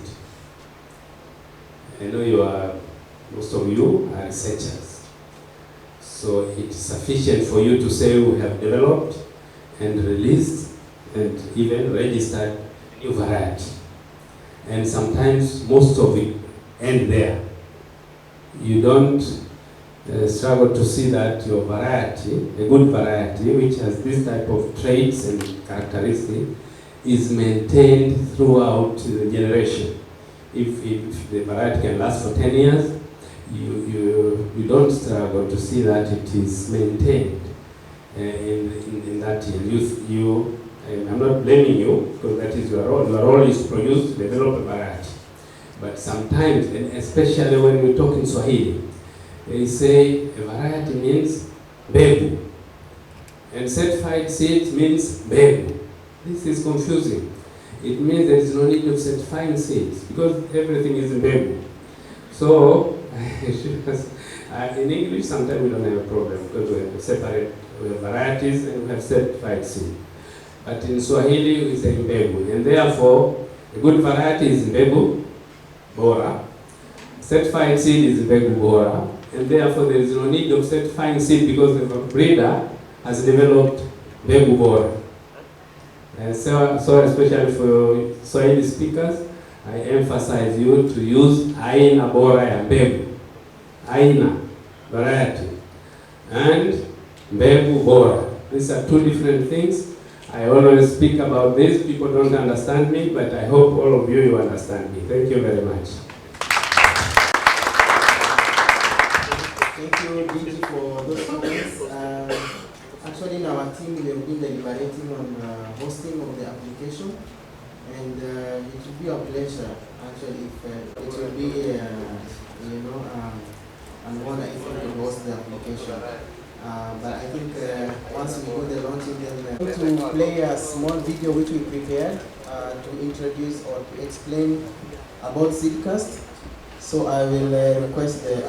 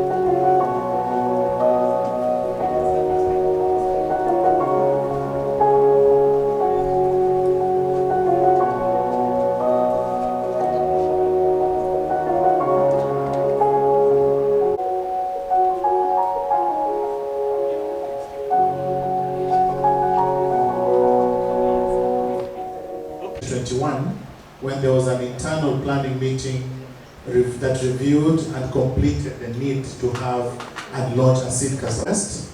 There was an assessment survey that was carried across the country, and this led to the October. We've been having lots of trainings, and one key training is the one that was happened in Rujewa in collaboration with Nafaka Kilimo. And here we are, August 2023, looking forward to the official launch in the presence of our chief guest today, the Director General of TOSCI. Now, during this stakeholders workshop in 2021, that was held in Dodoma City, a few participants that were present during this consultation workshop were drawn from the district agricultural officers, mainly the key rice producing districts. We also had representations from ASA, from Ministry of Agriculture, from TOSCI, and from TARI. We also had representations from NGO, like Nafaka Kilimo, Kilimo Trust. We also had representation from private seed companies, and I'm very happy today, amidst ourselves, we have the Chief Executive Officer for Tanzanian Seed Traders Association, Bob Schumer. Maybe just stand up for people to know you. I knew Bob for many years, and I'm happy that he managed to get time and come over and join us here. We are looking forward to working with you very closely to ensure that the private seed sector is put on board on matters to do with the seed cast. We also had representation from the QDS producer farmers and also women farmer groups and farmer cooperatives from 35 rice producing districts across the country. Now, among the many resolutions that were presented during the meeting, a few outcomes that we thought would share with this congregation is that the ward extension officers, it was agreed that they're going to aggregate the seed demand data and they will enter the demand at ward level into the seed cast system. The district agriculture extension officers in Tanzania, they are called DICOs. Their responsibility will be to approve or maybe reject the data that has been entered by the ward agriculture extension officers. Then there'll be another level where there'll be validation that will be done by the regional agricultural officers, and the last validation will be done at the national level. All this was agreed as a mechanism towards making this app very applicable in Tanzania. The other was that the seed dealers will update the seed system together, targeting the allocation and stocks of seed, and this will happen very regularly. After that, we'll be having a piloting and successful refining of the seed cast, and then we look forward to IRRI handing over this application to the government, and we are happy that the DG TOSCI has expressed interest, and sometimes when such high level personalities express interest, it gives us good hope, and we don't think there'll be any competitor for that position. Thank you. Then TOSCI will help us in ensuring that validation of this information from seed dealers and stock records are available for the consumers to access.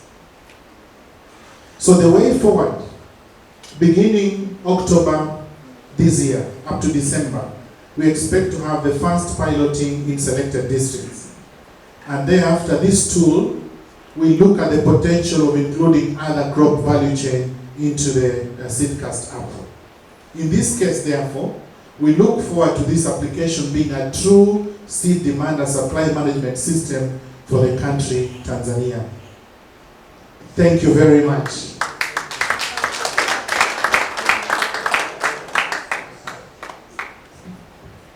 Thank you, Ken. Maybe one or two questions, maximum, if there is.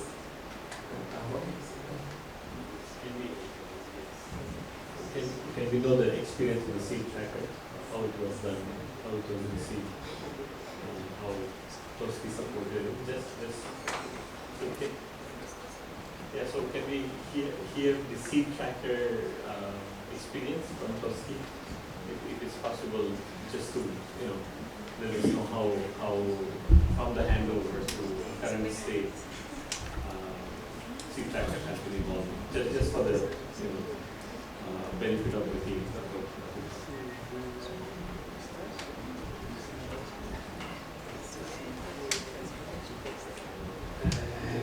of course, I was not supposed to know where is the farmer's farm based. How big is it? And finally, how much has he or she produced? So how much does she have or does he have for others? And others who can also access the system can also look at the system and know who needs seed. I mean, who has seed. And therefore, they can also request through the same system. So it is an exchange of information and also even business. That is, it's an accredited bank. It's not only for information to know how much we have, but we can also exchange through. We can also do business. The farmers can also do business through the application. So we can discuss about the details, but that is how it is. It is a very effective one, but at the moment we are only using it in cassava, roots and tuber crops. But we discussed the same when we launched it. There was similar discussion about can we expand it to other crops. Therefore, we are saying it is possible. So and this type of discussion and arrangement to include other crops has already been started, but rice was not there. So I think rice will still be served by this one. Thank you. Thank you. Because of time, I move to the next. The seeds, they need assured access to seeds, and the reliable, and also they need the integrated monitoring of the seed system, and also assured production will be achieved if the reliable demand is obtained. And also key information accompanied by the varieties they get will be also available to them. This is an example of a current seed system production in Tanzania, where we seed production by ESA and IRRI start there, goes to processing and storage, goes to regional stores, then to seed dealers or suppliers. Private sector also obtains seed from these international seed producers, and produce seeds and supply to seed dealers and farmers. So with all this system, there are also farmers managed seed system, QDS, known as QDS, quality declared seeds. So the conventional seed system in Tanzania has got some gaps. Seed indenting system where it is not very clear how demand is being aggregated. So this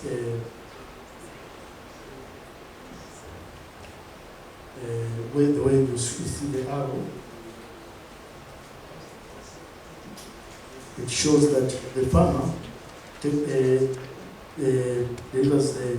is not connected to the demand collector. Therefore, the one who are getting this demand data, and this demand data are being sent to the Ministry of Agriculture, and the Ministry of Agriculture do the planning to take the data to suppliers, seed producers and suppliers, and the private sectors and the government dealers deliver the seeds to farmers. It's just there are a lot of gaps and it's not clear. So we are going to show how CIAT is going to address these issues.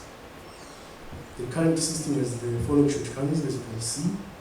It's disjointed, it is paper-based, time-consuming and tedious, which leads to often inaccurate information. Accurate information.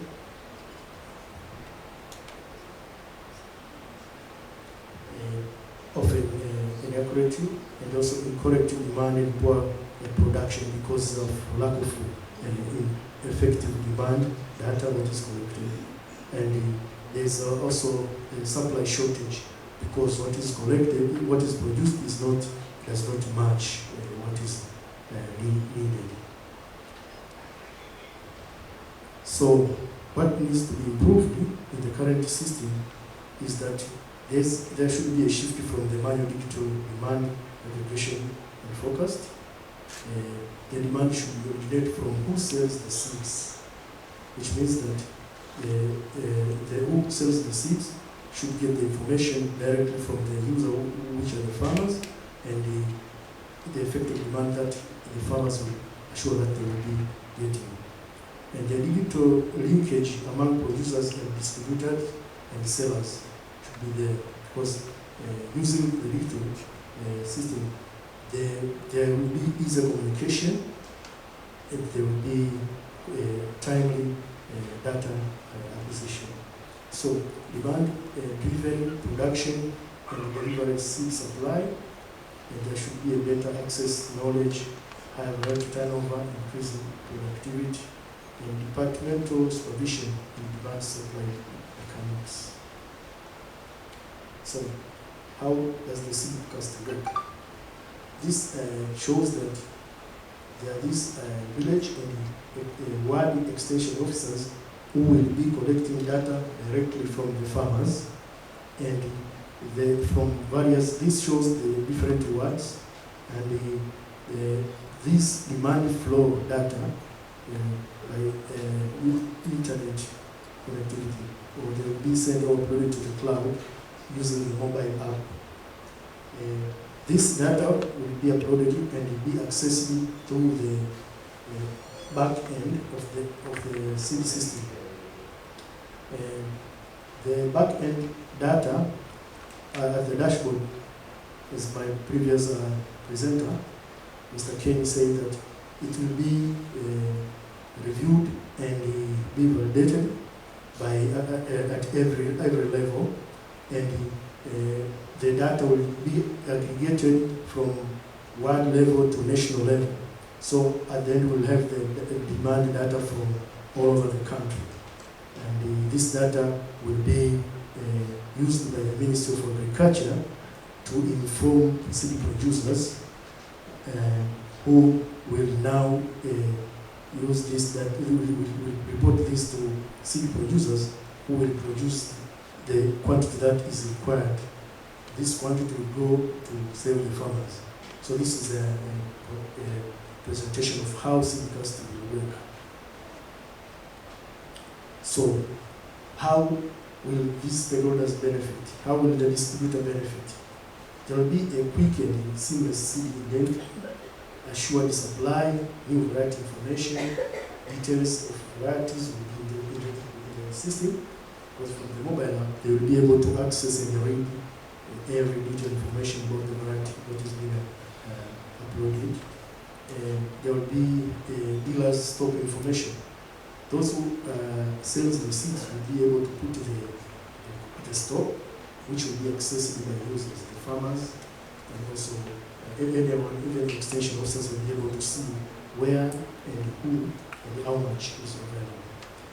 And for benefit to seed producers is that there will be a quick and accurate demand estimation which will enable them to produce according to what is needed, which means the planned production arrangement, linkages between producers and distributors and users that they can exchange. If a supplier is short of stock, you can also direct it to where the stock seed can be available. And you also can get another stock is demand-driven production, as I've said, and it will affect higher variety placement, more seed placement rate. So seed cost, it is in two segments, as I showed previously. There's a front-end app, which is a mobile app, and a dashboard, which is a portal, web portal. And this mobile app these are the users of the mobile app, ward extension officers, dealers, and farmers are the users. And it can be extended to farmers to collect direct, but as currently we have made it that ward extension officers are the one who will be collecting this demand from they can put the demand for varieties of multiple seasons or years, and will facilitate interdealer transaction. As I've shown you say there, that dealers can see stock from other dealers, and it will help farmers select the variety and locate the source of dealer, because both information of the quantity, the location will be available. And there will also be a knowledge of information about the rice, as I previously said, all the information about the varieties. At the back end, there will be a demand review and the approval at ward, the first level, the second is district, the third is regional and the national level. And the verified demand goes to Ministry of Agriculture for Tanzania and seed makers for analysis and planning of production. And these are the CIAT features. Currently, we have demand, aggregated here by oil, timely, which will be timely, season-wise, year-wise, or demand indenting, and the individual dealers' stock will be available, and the total seed stock will be available. Variety information will be available in the front end, all these are in the front end. And the demand review now from the back end will be a multiple levels of ward, district, region, designated by designated officers. We will have these credentials to log into the web portal and access this information. Supply decision supported by the government, like production planning, procurement from other sources, for example, and demand analysis trend for reporting and more planning, season-wise, year-wise, or for varieties across districts. The dashboard, which is the back end, will help officials to monitor and review and collect demands dated by breeders. So this is how the demand, the back end will be. This work will be done at the back end, the dashboard and web portal. Demand review, demand approval, demand aggregation, and production plan.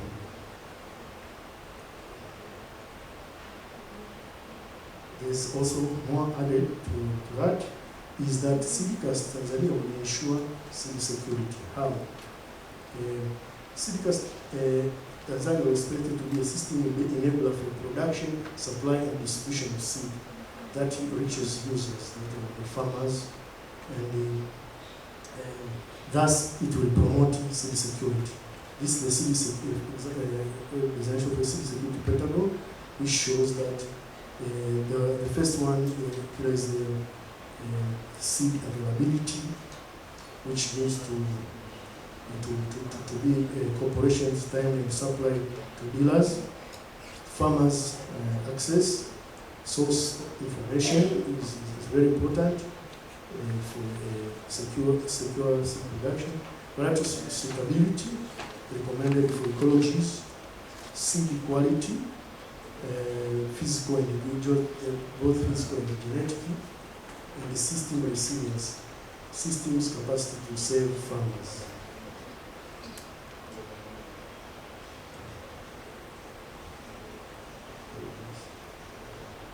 Riders of the app. Primarily, CIAT Tanzania is for demand aggregation and focus, but it has many additional useful features, as we've mentioned also previously. Interdealer transaction, bilingual, can use both English and Swahili language, the local language. Dealers' details you can get from the app. There's stock information, variety selection aid tool is also in the system, where a user will fill a form that, depending on the characteristics that he wants, and at the end they will get the name of the varieties that is suitable according to what features are selected. And also variety information is available. This is a current versus future state of CIAT. The current state is that we still see that the current seed identity is manual and paper-based demand estimation, which is also poor linkages among the system stakeholders, and it's delayed and efficient and the seed production and supply. But future one, we expect it to be a digital, seamless, and convenient demand estimation. And while this is paper-based, is this demand-driven seed production will be faster and will ensure faster variety replacement rate and seed replacement rate, and the efficiency linkages among producers, distributors, and users. So we move from it will be fast, easy, and reliable.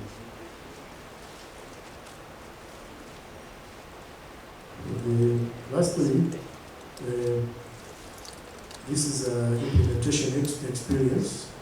What we see here is, this is a QR code which, when you scan it with your mobile phone, it will take you directly to download it and install the app. Even right now, when you are here, you can just scan this and quickly install the app.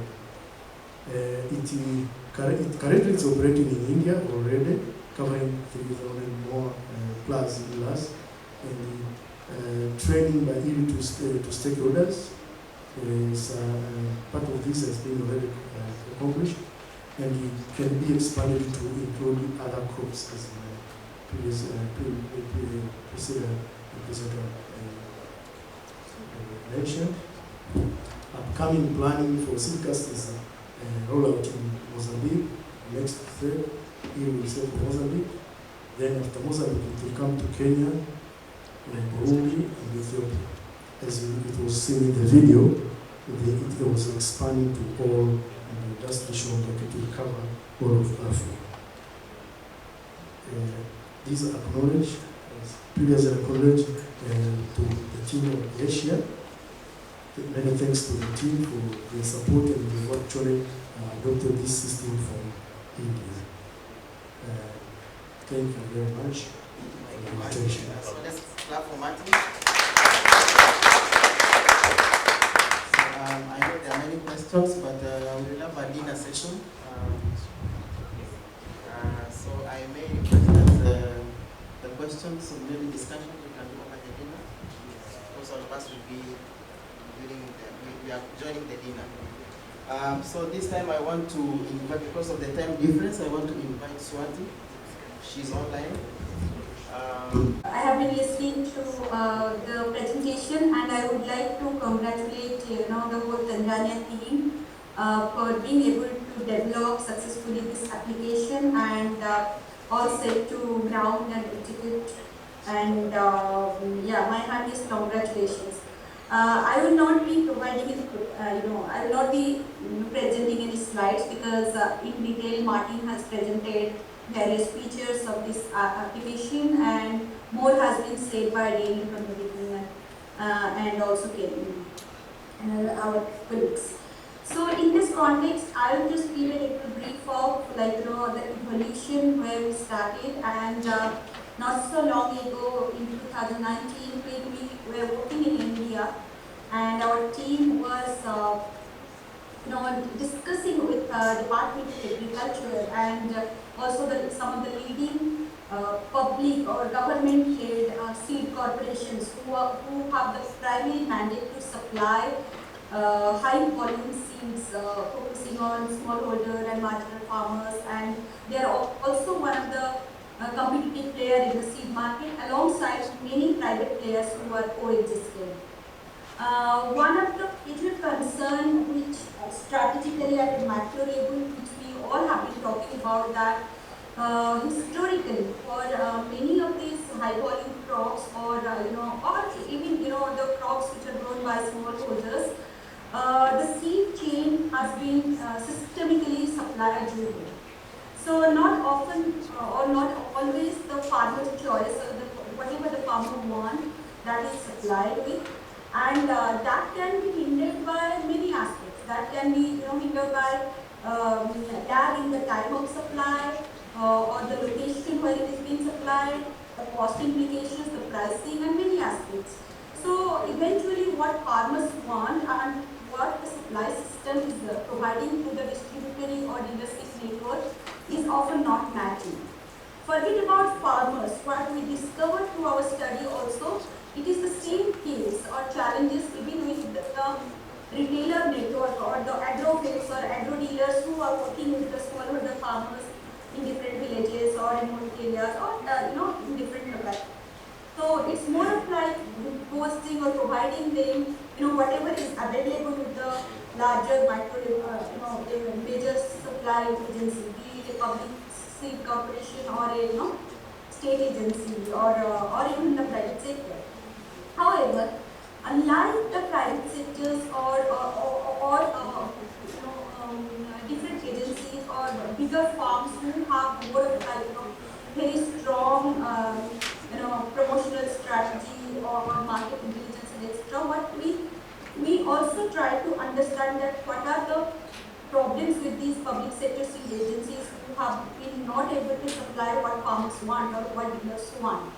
So one of the issues what came across is that the current indenting system, the demand aggregation system, is so cumbersome and so inefficient that that a lot of trust over among different stakeholders, like what volume to produce, what volume to supply, or even do inter-province or inter-organizational transaction to meet the market needs and etc. While often the government programs or the flagships that are directed for agricultural development as well as the data dissemination is more philanthropic in nature, the extension agents who often end up in collating the data from farmers from house to house, and they do the paperwork and they provide it to their province level authority, and then it goes for approval and etc. to processes as formally a demand indenting process. That lacks a lot of incentives in that. So hence that lacks a lot of accuracy because nobody has a stake over there, because the demand indenting stakeholders and the seed supplying stakeholders are very different in public system. So hence that interlinkage is missing, that trust is missing, that what volume of demand being indented manually, and finally eventually the state seed agencies are told to produce, supply and provide. There is a lot of gap, and due to this reason there were also several agencies going into severe losses or their corpus getting eroded, monetary losses, not all the seeds being sold out or not timely being distributed and all those aspects. So that challenge was also making them hard pressed to also to supply what farmers want. So they wanted a reliable system of what really farmers want, and this actually led to evolution of a more efficient or transparent or a system which involves the stakeholders who have clear incentives to take or disincentives to take the risk and etc. So their call would be taken based on their associated risks and etc. Hence, we try to engage with large number of thousands of those dealer networks or those retailers who are responsible for selling the seeds to the farmers. They have to take the risk of taking the stock, maintaining the storage, and also investing in that. And also there's a loss in the seed rates on sold. So hence we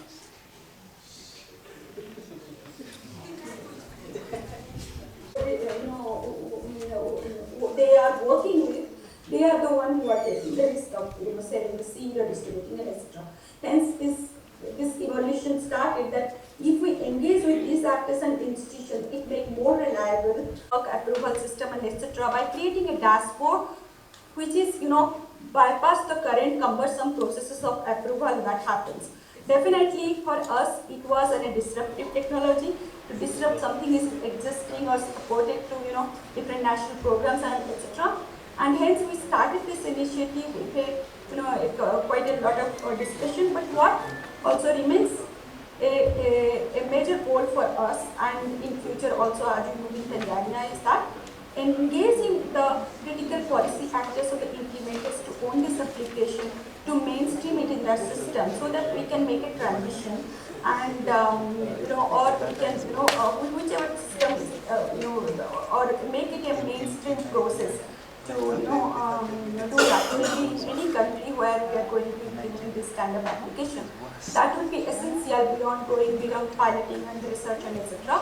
And this is what should remain as a next major step ahead after capacity or start building confidence among the stakeholders about this application and its execution. So I once again congratulate the team Tanzania for coming this far, and thank you very much. Thank you, Swati. Thank you so much. She has been very busy today with some events in India, that's why she couldn't join us, but we really thank you for the support to get to the team here. I would like to urge you that we projected the QR code. We will not do because of time. We will not do the live event. You download the application.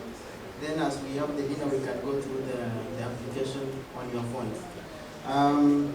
At this time, I would like to invite the DG representative Tari, Dr. Dennis Tipe, to give his remarks.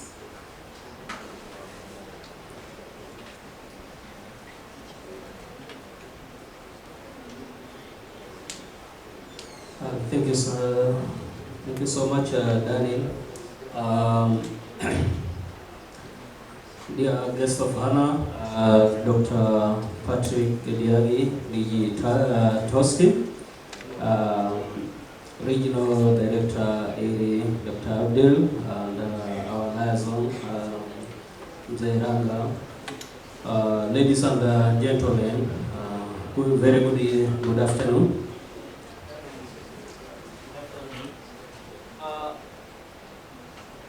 First of all,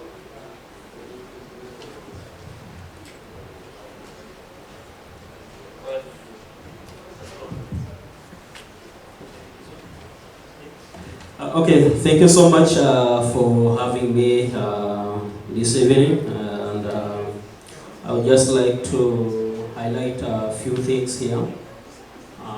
One is it's all about the progress we are making. This is really recommendable, and I really appreciate this opportunity.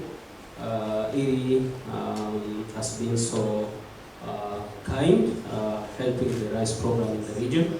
So from the point of research and point of farmers and all stakeholders along the seed value chain, we say thank you so much for these efforts. Just historically, it's just a few years ago that we have been not talking of seed system, but now we are heading in a good direction. To my view, that so now we are able to talk of a digital seed system. So we are heading somewhere, and I hope in a few years to come, this farmers community and everyone in this region will say yes to do it. You have been here with us for a number of years, but tirelessly you have been providing us support from a research point of view. Now, apart from research, we are also pushing into the seed system. That's what we really appreciate, and you have our backup on that. And let's back to our seedcast app, which description has just given a few minutes ago. First of all, thank you, Martin, and our team who have been working tirelessly to develop this app. And good thing is that in this country now, farmers and everyone involved in agricultural sector is being registered slowly. So within 2 to 3 years to come, the country will have all the database for the farmers and everyone. And this is happening now because we also have a determined government minister, and he promised to make sure that every farmers who are farming are able to get the subsidized fertilizers. So doing so, you cannot just give fertilizers to everyone and without recording. So that has been done at the government level, and I'm sure we will be able now to know who are our rice farmers, and we will be able to know who needs Saro 5, who needs Koboka, who needs a variety A, B, C. So soon this system, I hope, will be linked, and we are lucky because we have already have a SIMCAST app, so that is milestone, I can say. So, and good thing is also that seed system is in a safe hand in this country. We have Dr. Patrick, DG Toski. Everything with Toski is already monitored. So we are in safe hand and there's no fake seeds. So what we need is just to ensure that we put much effort on what farmers need, and that's why we are here. We have been talking of a super improvement program, and that's what we have already put in our strategy. So let's make sure that this strategy get implemented, and in the case of system, this is ensured. TOSC is with us, Agricultural Security Agency ASA is with us, and then now is the room for the private sectors now also to engage in a rice seed system, because that is the gap existing at the moment. Few seed companies are really involved in a seed sector, but I'm happy that the Bob Shuma is here with us also, and he can convey this message very well.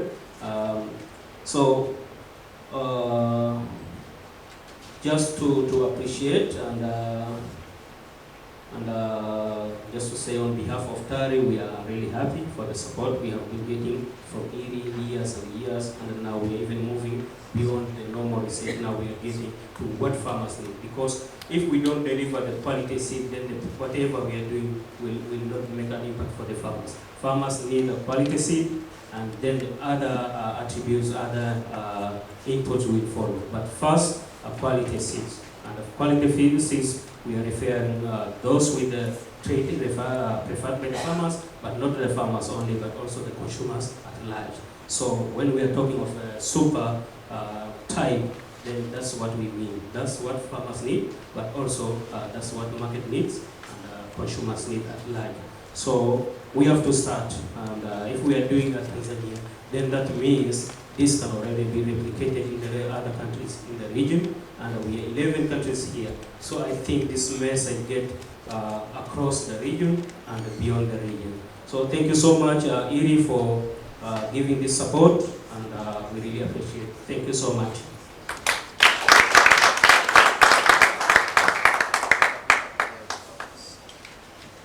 Another round of applause to Dr. Kibe, please. So, thank you so much, Dr. Kibe, for those remarks. At this point, I would like to invite Dr. Ajay to give his remarks, and then invite Sankap and Abdel before we get the remarks from the guest.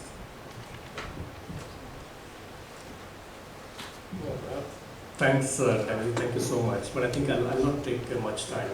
So at this juncture, I'm so happy that the journey that we started about, I think 3-4 years ago. So that is really bearing fruit in terms of having some system in place to capture the real-time demand that is coming from the marketplace, right?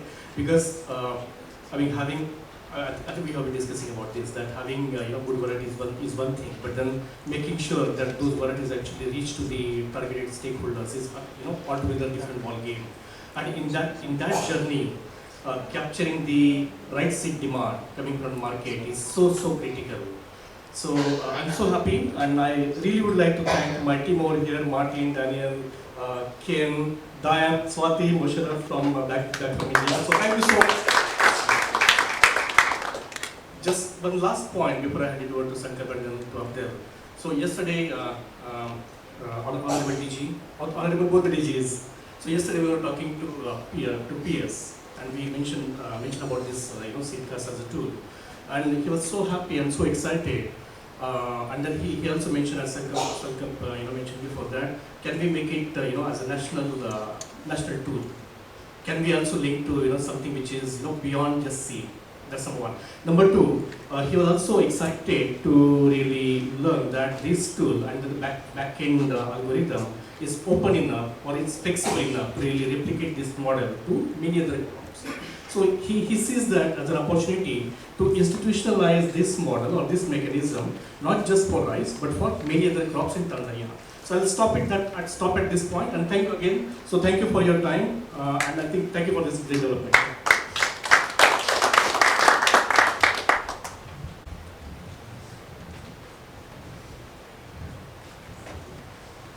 Thank you, Ajay. And with a little bit of risk of repeating what others have said, I would still take a few minutes to really go through some of this, development, some of the critical development for Tanzania.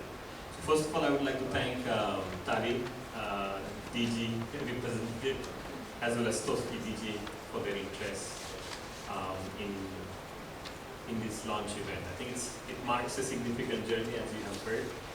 Several people have been busy the last couple of years, not just here, but also from South Asia, to assess the landscape over here and see if we have a formal way to capture the demand, and ideally again provide supply signals, because what cannot be measured doesn't exist in today's world. I think if you see, with the advent of the evolution in the digital or app-based kind of or apps or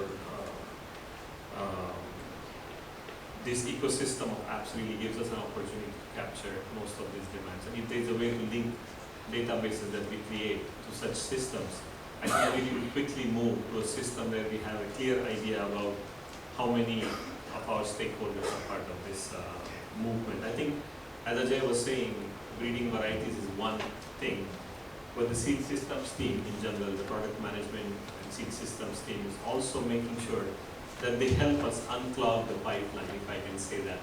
Because we have varieties which are in the pipeline for last 40 years, 30 years, depending on which variety we are talking about.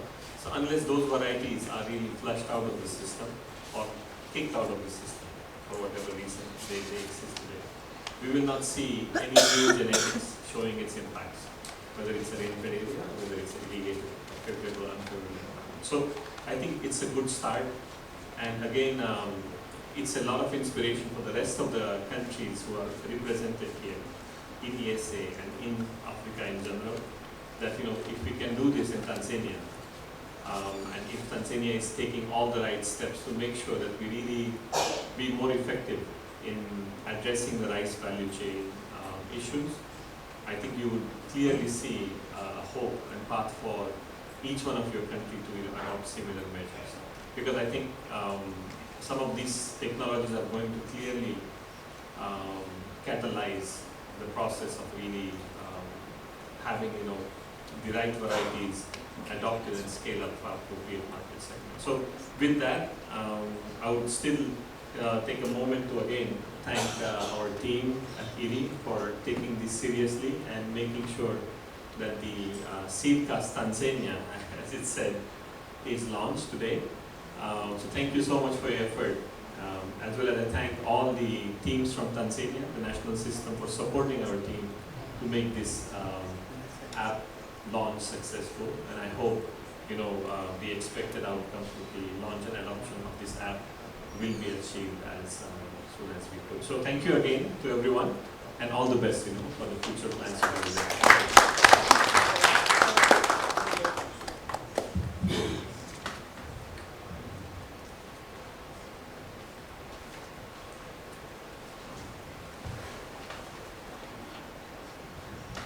Thank you, Daniel. I really would like to join my colleagues first, especially colleagues at IRRI, for making this happen. Yes, I'm sure this has been a dream for a long time, but with your hard work behind the scene, quietly, we really made a breakthrough that will be very useful for us in the future, and also for our partners. I would like also to thank DG Patrick for his support, and also the offer to host this important intervention. That is extremely important, because when we have been developing many things, but unless you have an advocate who's really can keep it going and integrating the system, it's not possible for that to exist. So thank you so much for that. And I'd like to thank Tari, Dr. Tebi, thank you so much for that. Tari has been an extremely helpful host for us since we come to Tanzania, since we started here. And it has been a partner for IRRI, as I said, as long as IRRI existed. It started in the 60s actually. Something that we have been a bit lazy to really make it to fruition, but I think there are so many reasons for that. But now I see, since about probably 20 years ago, we started beefing our activities here. So one thing I want to say is the history of seed and seed systems. We have been struggling with it in Asia before we even come to Africa. And the reason for that, the seed system for strategic crops has been completely owned by national program. And that has a reason, to keep the quality and to make sure that the system is sustained and so on. But it is very clear that the national programs also have their capacity. There is some limited capacity where how can they deliver. And I remember in 2007 when we started developing lots of stress-tolerant varieties that are really making a huge impact in areas that the government saw these areas are not touchable because it's very difficult to make progress in. When these varieties start coming out, it's still we want to put it through the system, and it will take about 6 years for them to reach farmers if you are lucky. But at that time, when a real turn happened, when we start taking few very aggressive leaders in Asia and show them that these are the varieties that are solving your problems, they stand behind it and came to lots of policies, regulations, and guidelines. They adjusted them, and now you can see where we are. You can have varieties reach farmers from the time you cross it until you deliver it, probably about 5 to 6 years. It used to be 15 to 19 years to do that. So it's a very long way to go. The other step for us is the seed system, and the major change I see it really is the acceptance of private companies as a major player in the seed value chain. Because yes, for quality, our national programs have to keep producing early generation seeds or very basic seeds for quality control. Also, even this one is waived in Asia because as long as a company has, a private company has a good breeder, certified breeder, they can handle the whole value chain from breeder seed production all the way to marketing. But I think because of the high demand for that, the role of private sector should not be neglected. We should work on recruiting more and more, training more and more private companies, because when anything enters into the commercial pathway, that's the pathway for success. Not like any other pathway. So I think we are very well into that. Now we are very well into developing good products. We are in very good shape in developing the roadmap to delivering that product. Although now we're still at an early stage where we have the proof of concept, we have to move to a large scale of delivery. And now the last step is to digitize this process through the seedcast. And I think that is a tremendous, really kind of progress for us, tremendous achievement for the team. But as I said, still we are at the early stage of this process. We have to stand strongly behind it, make it happen, develop the model here in Tanzania, and be able to outscale it for the whole region. The good thing about it is answering so many questions that we have in the past. We always want to know how much area will be covered by a particular variety based on the traits of that variety. How much seed should be demanded, and if we engage the private sector, how can we tell them how much seeds they should be producing? Otherwise, if they do not sell what they will be producing, they'll be out of business. Or at least they will stop working on rice. And that's happened in some cases actually that we witnessed. But I think with this kind of digital information, we'll have precise kind of monitoring of seed demand and also seed supply. But I hope that we will also be able to introduce a GIS component into it, where we can really, once we develop a variety and once we start developing a roadmap for that variety, we know how much area that variety should cover. Digitize that, and put that as part of the system, because this kind of information is very important for the private sector to test how much market is available for them and how much they need to produce, how many retailers, where they should be placed, and so on. So I think still we should take this as a learning process, improve on the app as much as we can. So I have a perfect system, and I'm glad that I have a chat with the DG on the side. He wants to see this also extend it to all crops, not only to rice. Take rice as a model, make it work, and then extend it to all crops. I think with that, we'll really be able to address the problem of seed and seed system, where we really have the information that can empower a national program, can empower private companies to enter into the system comfortably and know that they can really commercialize it without any problem. So congratulations again to all of you guys. Very good work, quietly.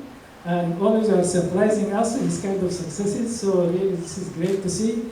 And I really thank our partners, Toski and TARI and all other institutions really for the support. We actually taking these steps of piloting these small ideas. It's actually big ideas in a specific area. So we put our weight around it.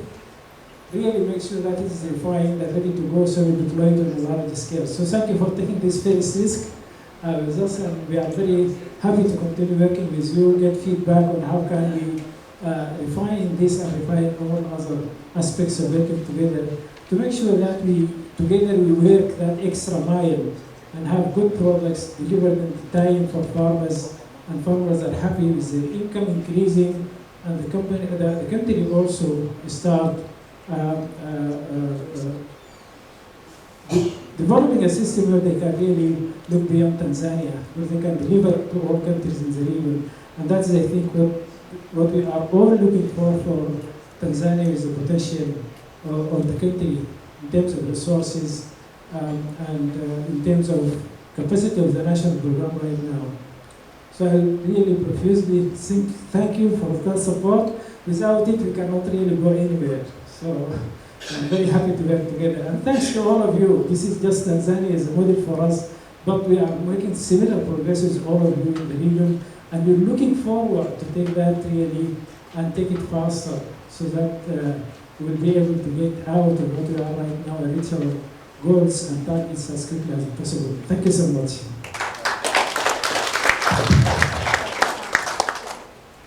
Thank you so much, Abdul.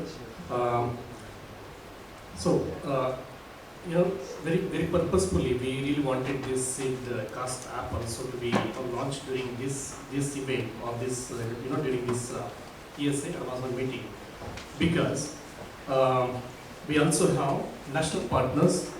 We have national partners from 11 countries. And we really wanted to take this as an example in Tanzania, and also to give a message to other partner countries or other member countries that so this development, which is so crucial for strengthening seed system in Tanzania, is also making its way to many other countries, as our colleague showed, Mozambique, Kenya, Burundi, and also beyond that, right? So Dr. Ruth, please be ready. Nilsa from Mozambique, please be ready. Our partners from Burundi and also from other countries. So this is the kind of development that we surely would like to take to other countries, but this is just a start, just a beginning, and that was the very purpose also why we wanted this feature to be launched during this meeting. So with that again, thank you so much, and with that now may I invite Dr. Dennis Digitari to invite Digitoski to give his remarks and then officially launch the simcast, right? Thank you so much, Jay, and thank you so much everyone who has given us a talk. Thank you, Dr. Abdel, for such nice compliment for what we are doing and what the ED team is doing here. Of course, I have to appreciate Sakal. Thank you so much for your kind words. As well, if we have to talk also the ED Tanzania, let's not forget Rosie has been doing a lot of work on the ground. So, so thank you so much. And as I said, if this simcast work well in Tanzania, that means then it can also work to other countries. So Martin and the team I hope you will show that it is going to happen. I hope in November, December you will be implementing some of the basic and the startup. So let's those startup be the example for the region and everyone who will be joining that one. So let's do it and we back up it. So my task is very short here. Yeah, to welcome our guest of honor, Dr. Patrick Gwediagi Digi Tosk. Karibu sana, Dr.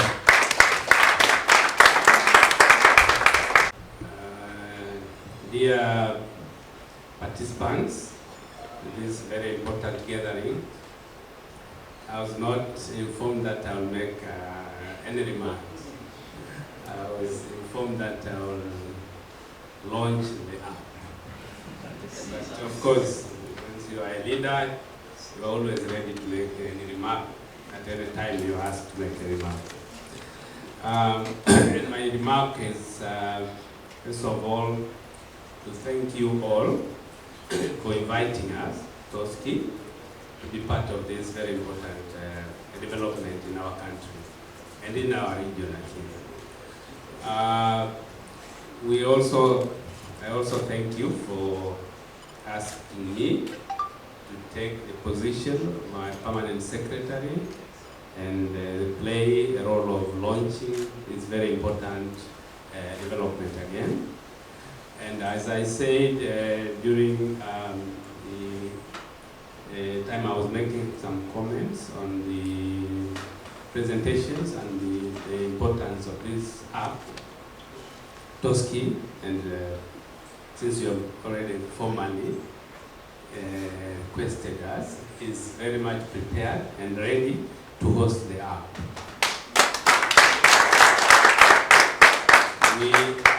I know it could be not at the final stage. Probably there are still room for improvement, although we have reached where we are. And I congratulate you, all of you, the international and the national participants who this team which has developed this facility.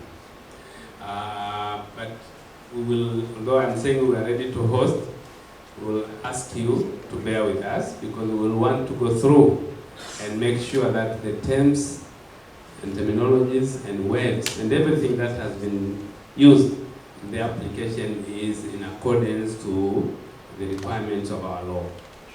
Because if you, we are going to have information about certified seed, you cannot use a different language that has been used from what has been used in our regulation, and even the science of seed. So we will, I'm sure we'll meet and look at the document and look at the whole thing from the beginning and see if there is anything. I am sure there is room to amend and put it accordingly. Because if it does not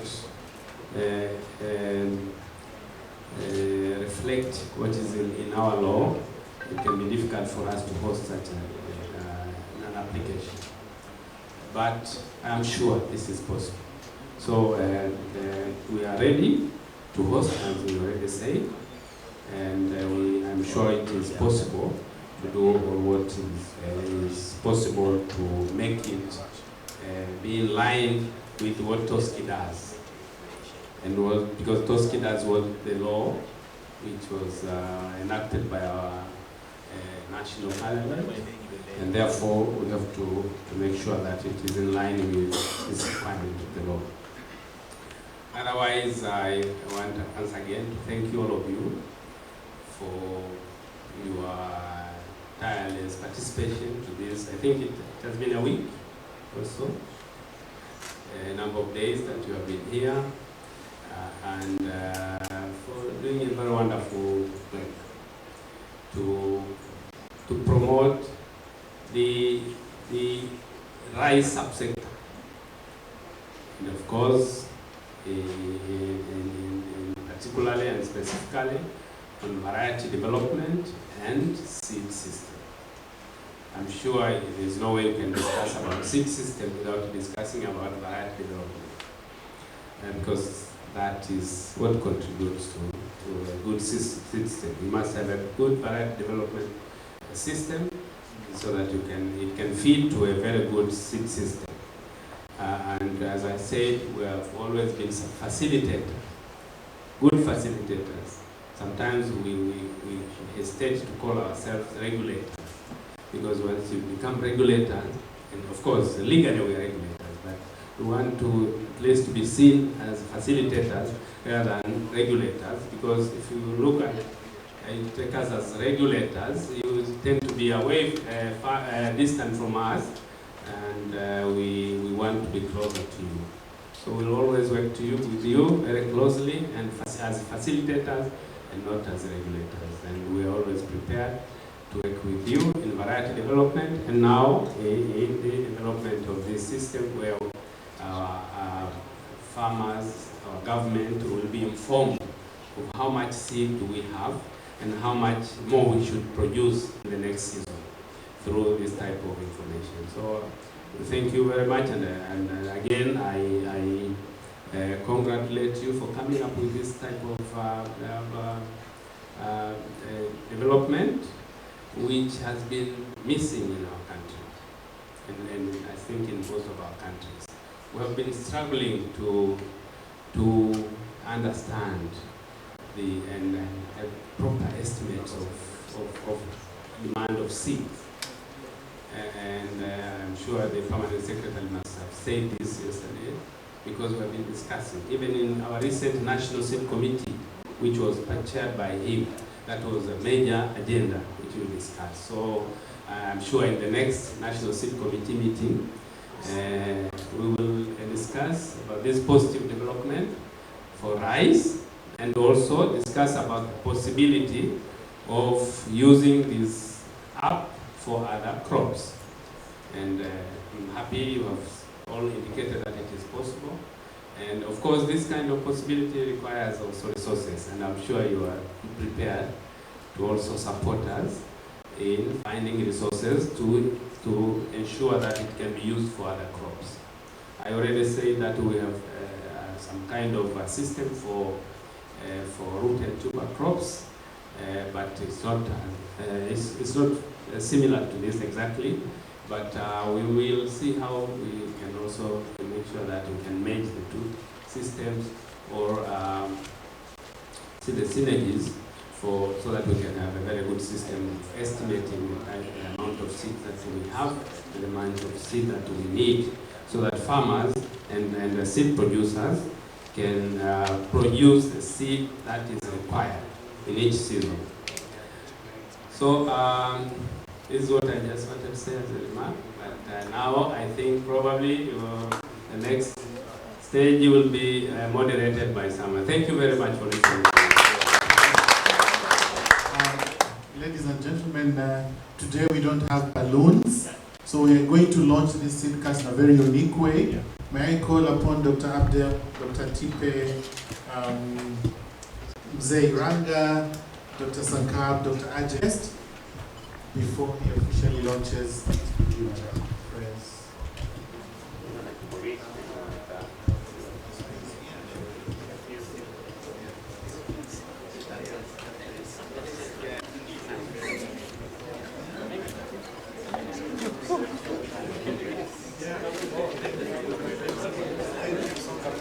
So thank you very much. Our chief guest would like to do a group photo with you outside.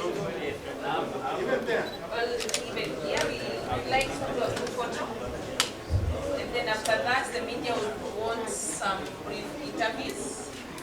And then once we are done with the brief interviews, on behalf of the regional office, we have a relaxing dinner tonight. You are all welcome to join. Please come. You're the one who is working with farmers to collect this data. And Natalia Mozambique Vidani comes.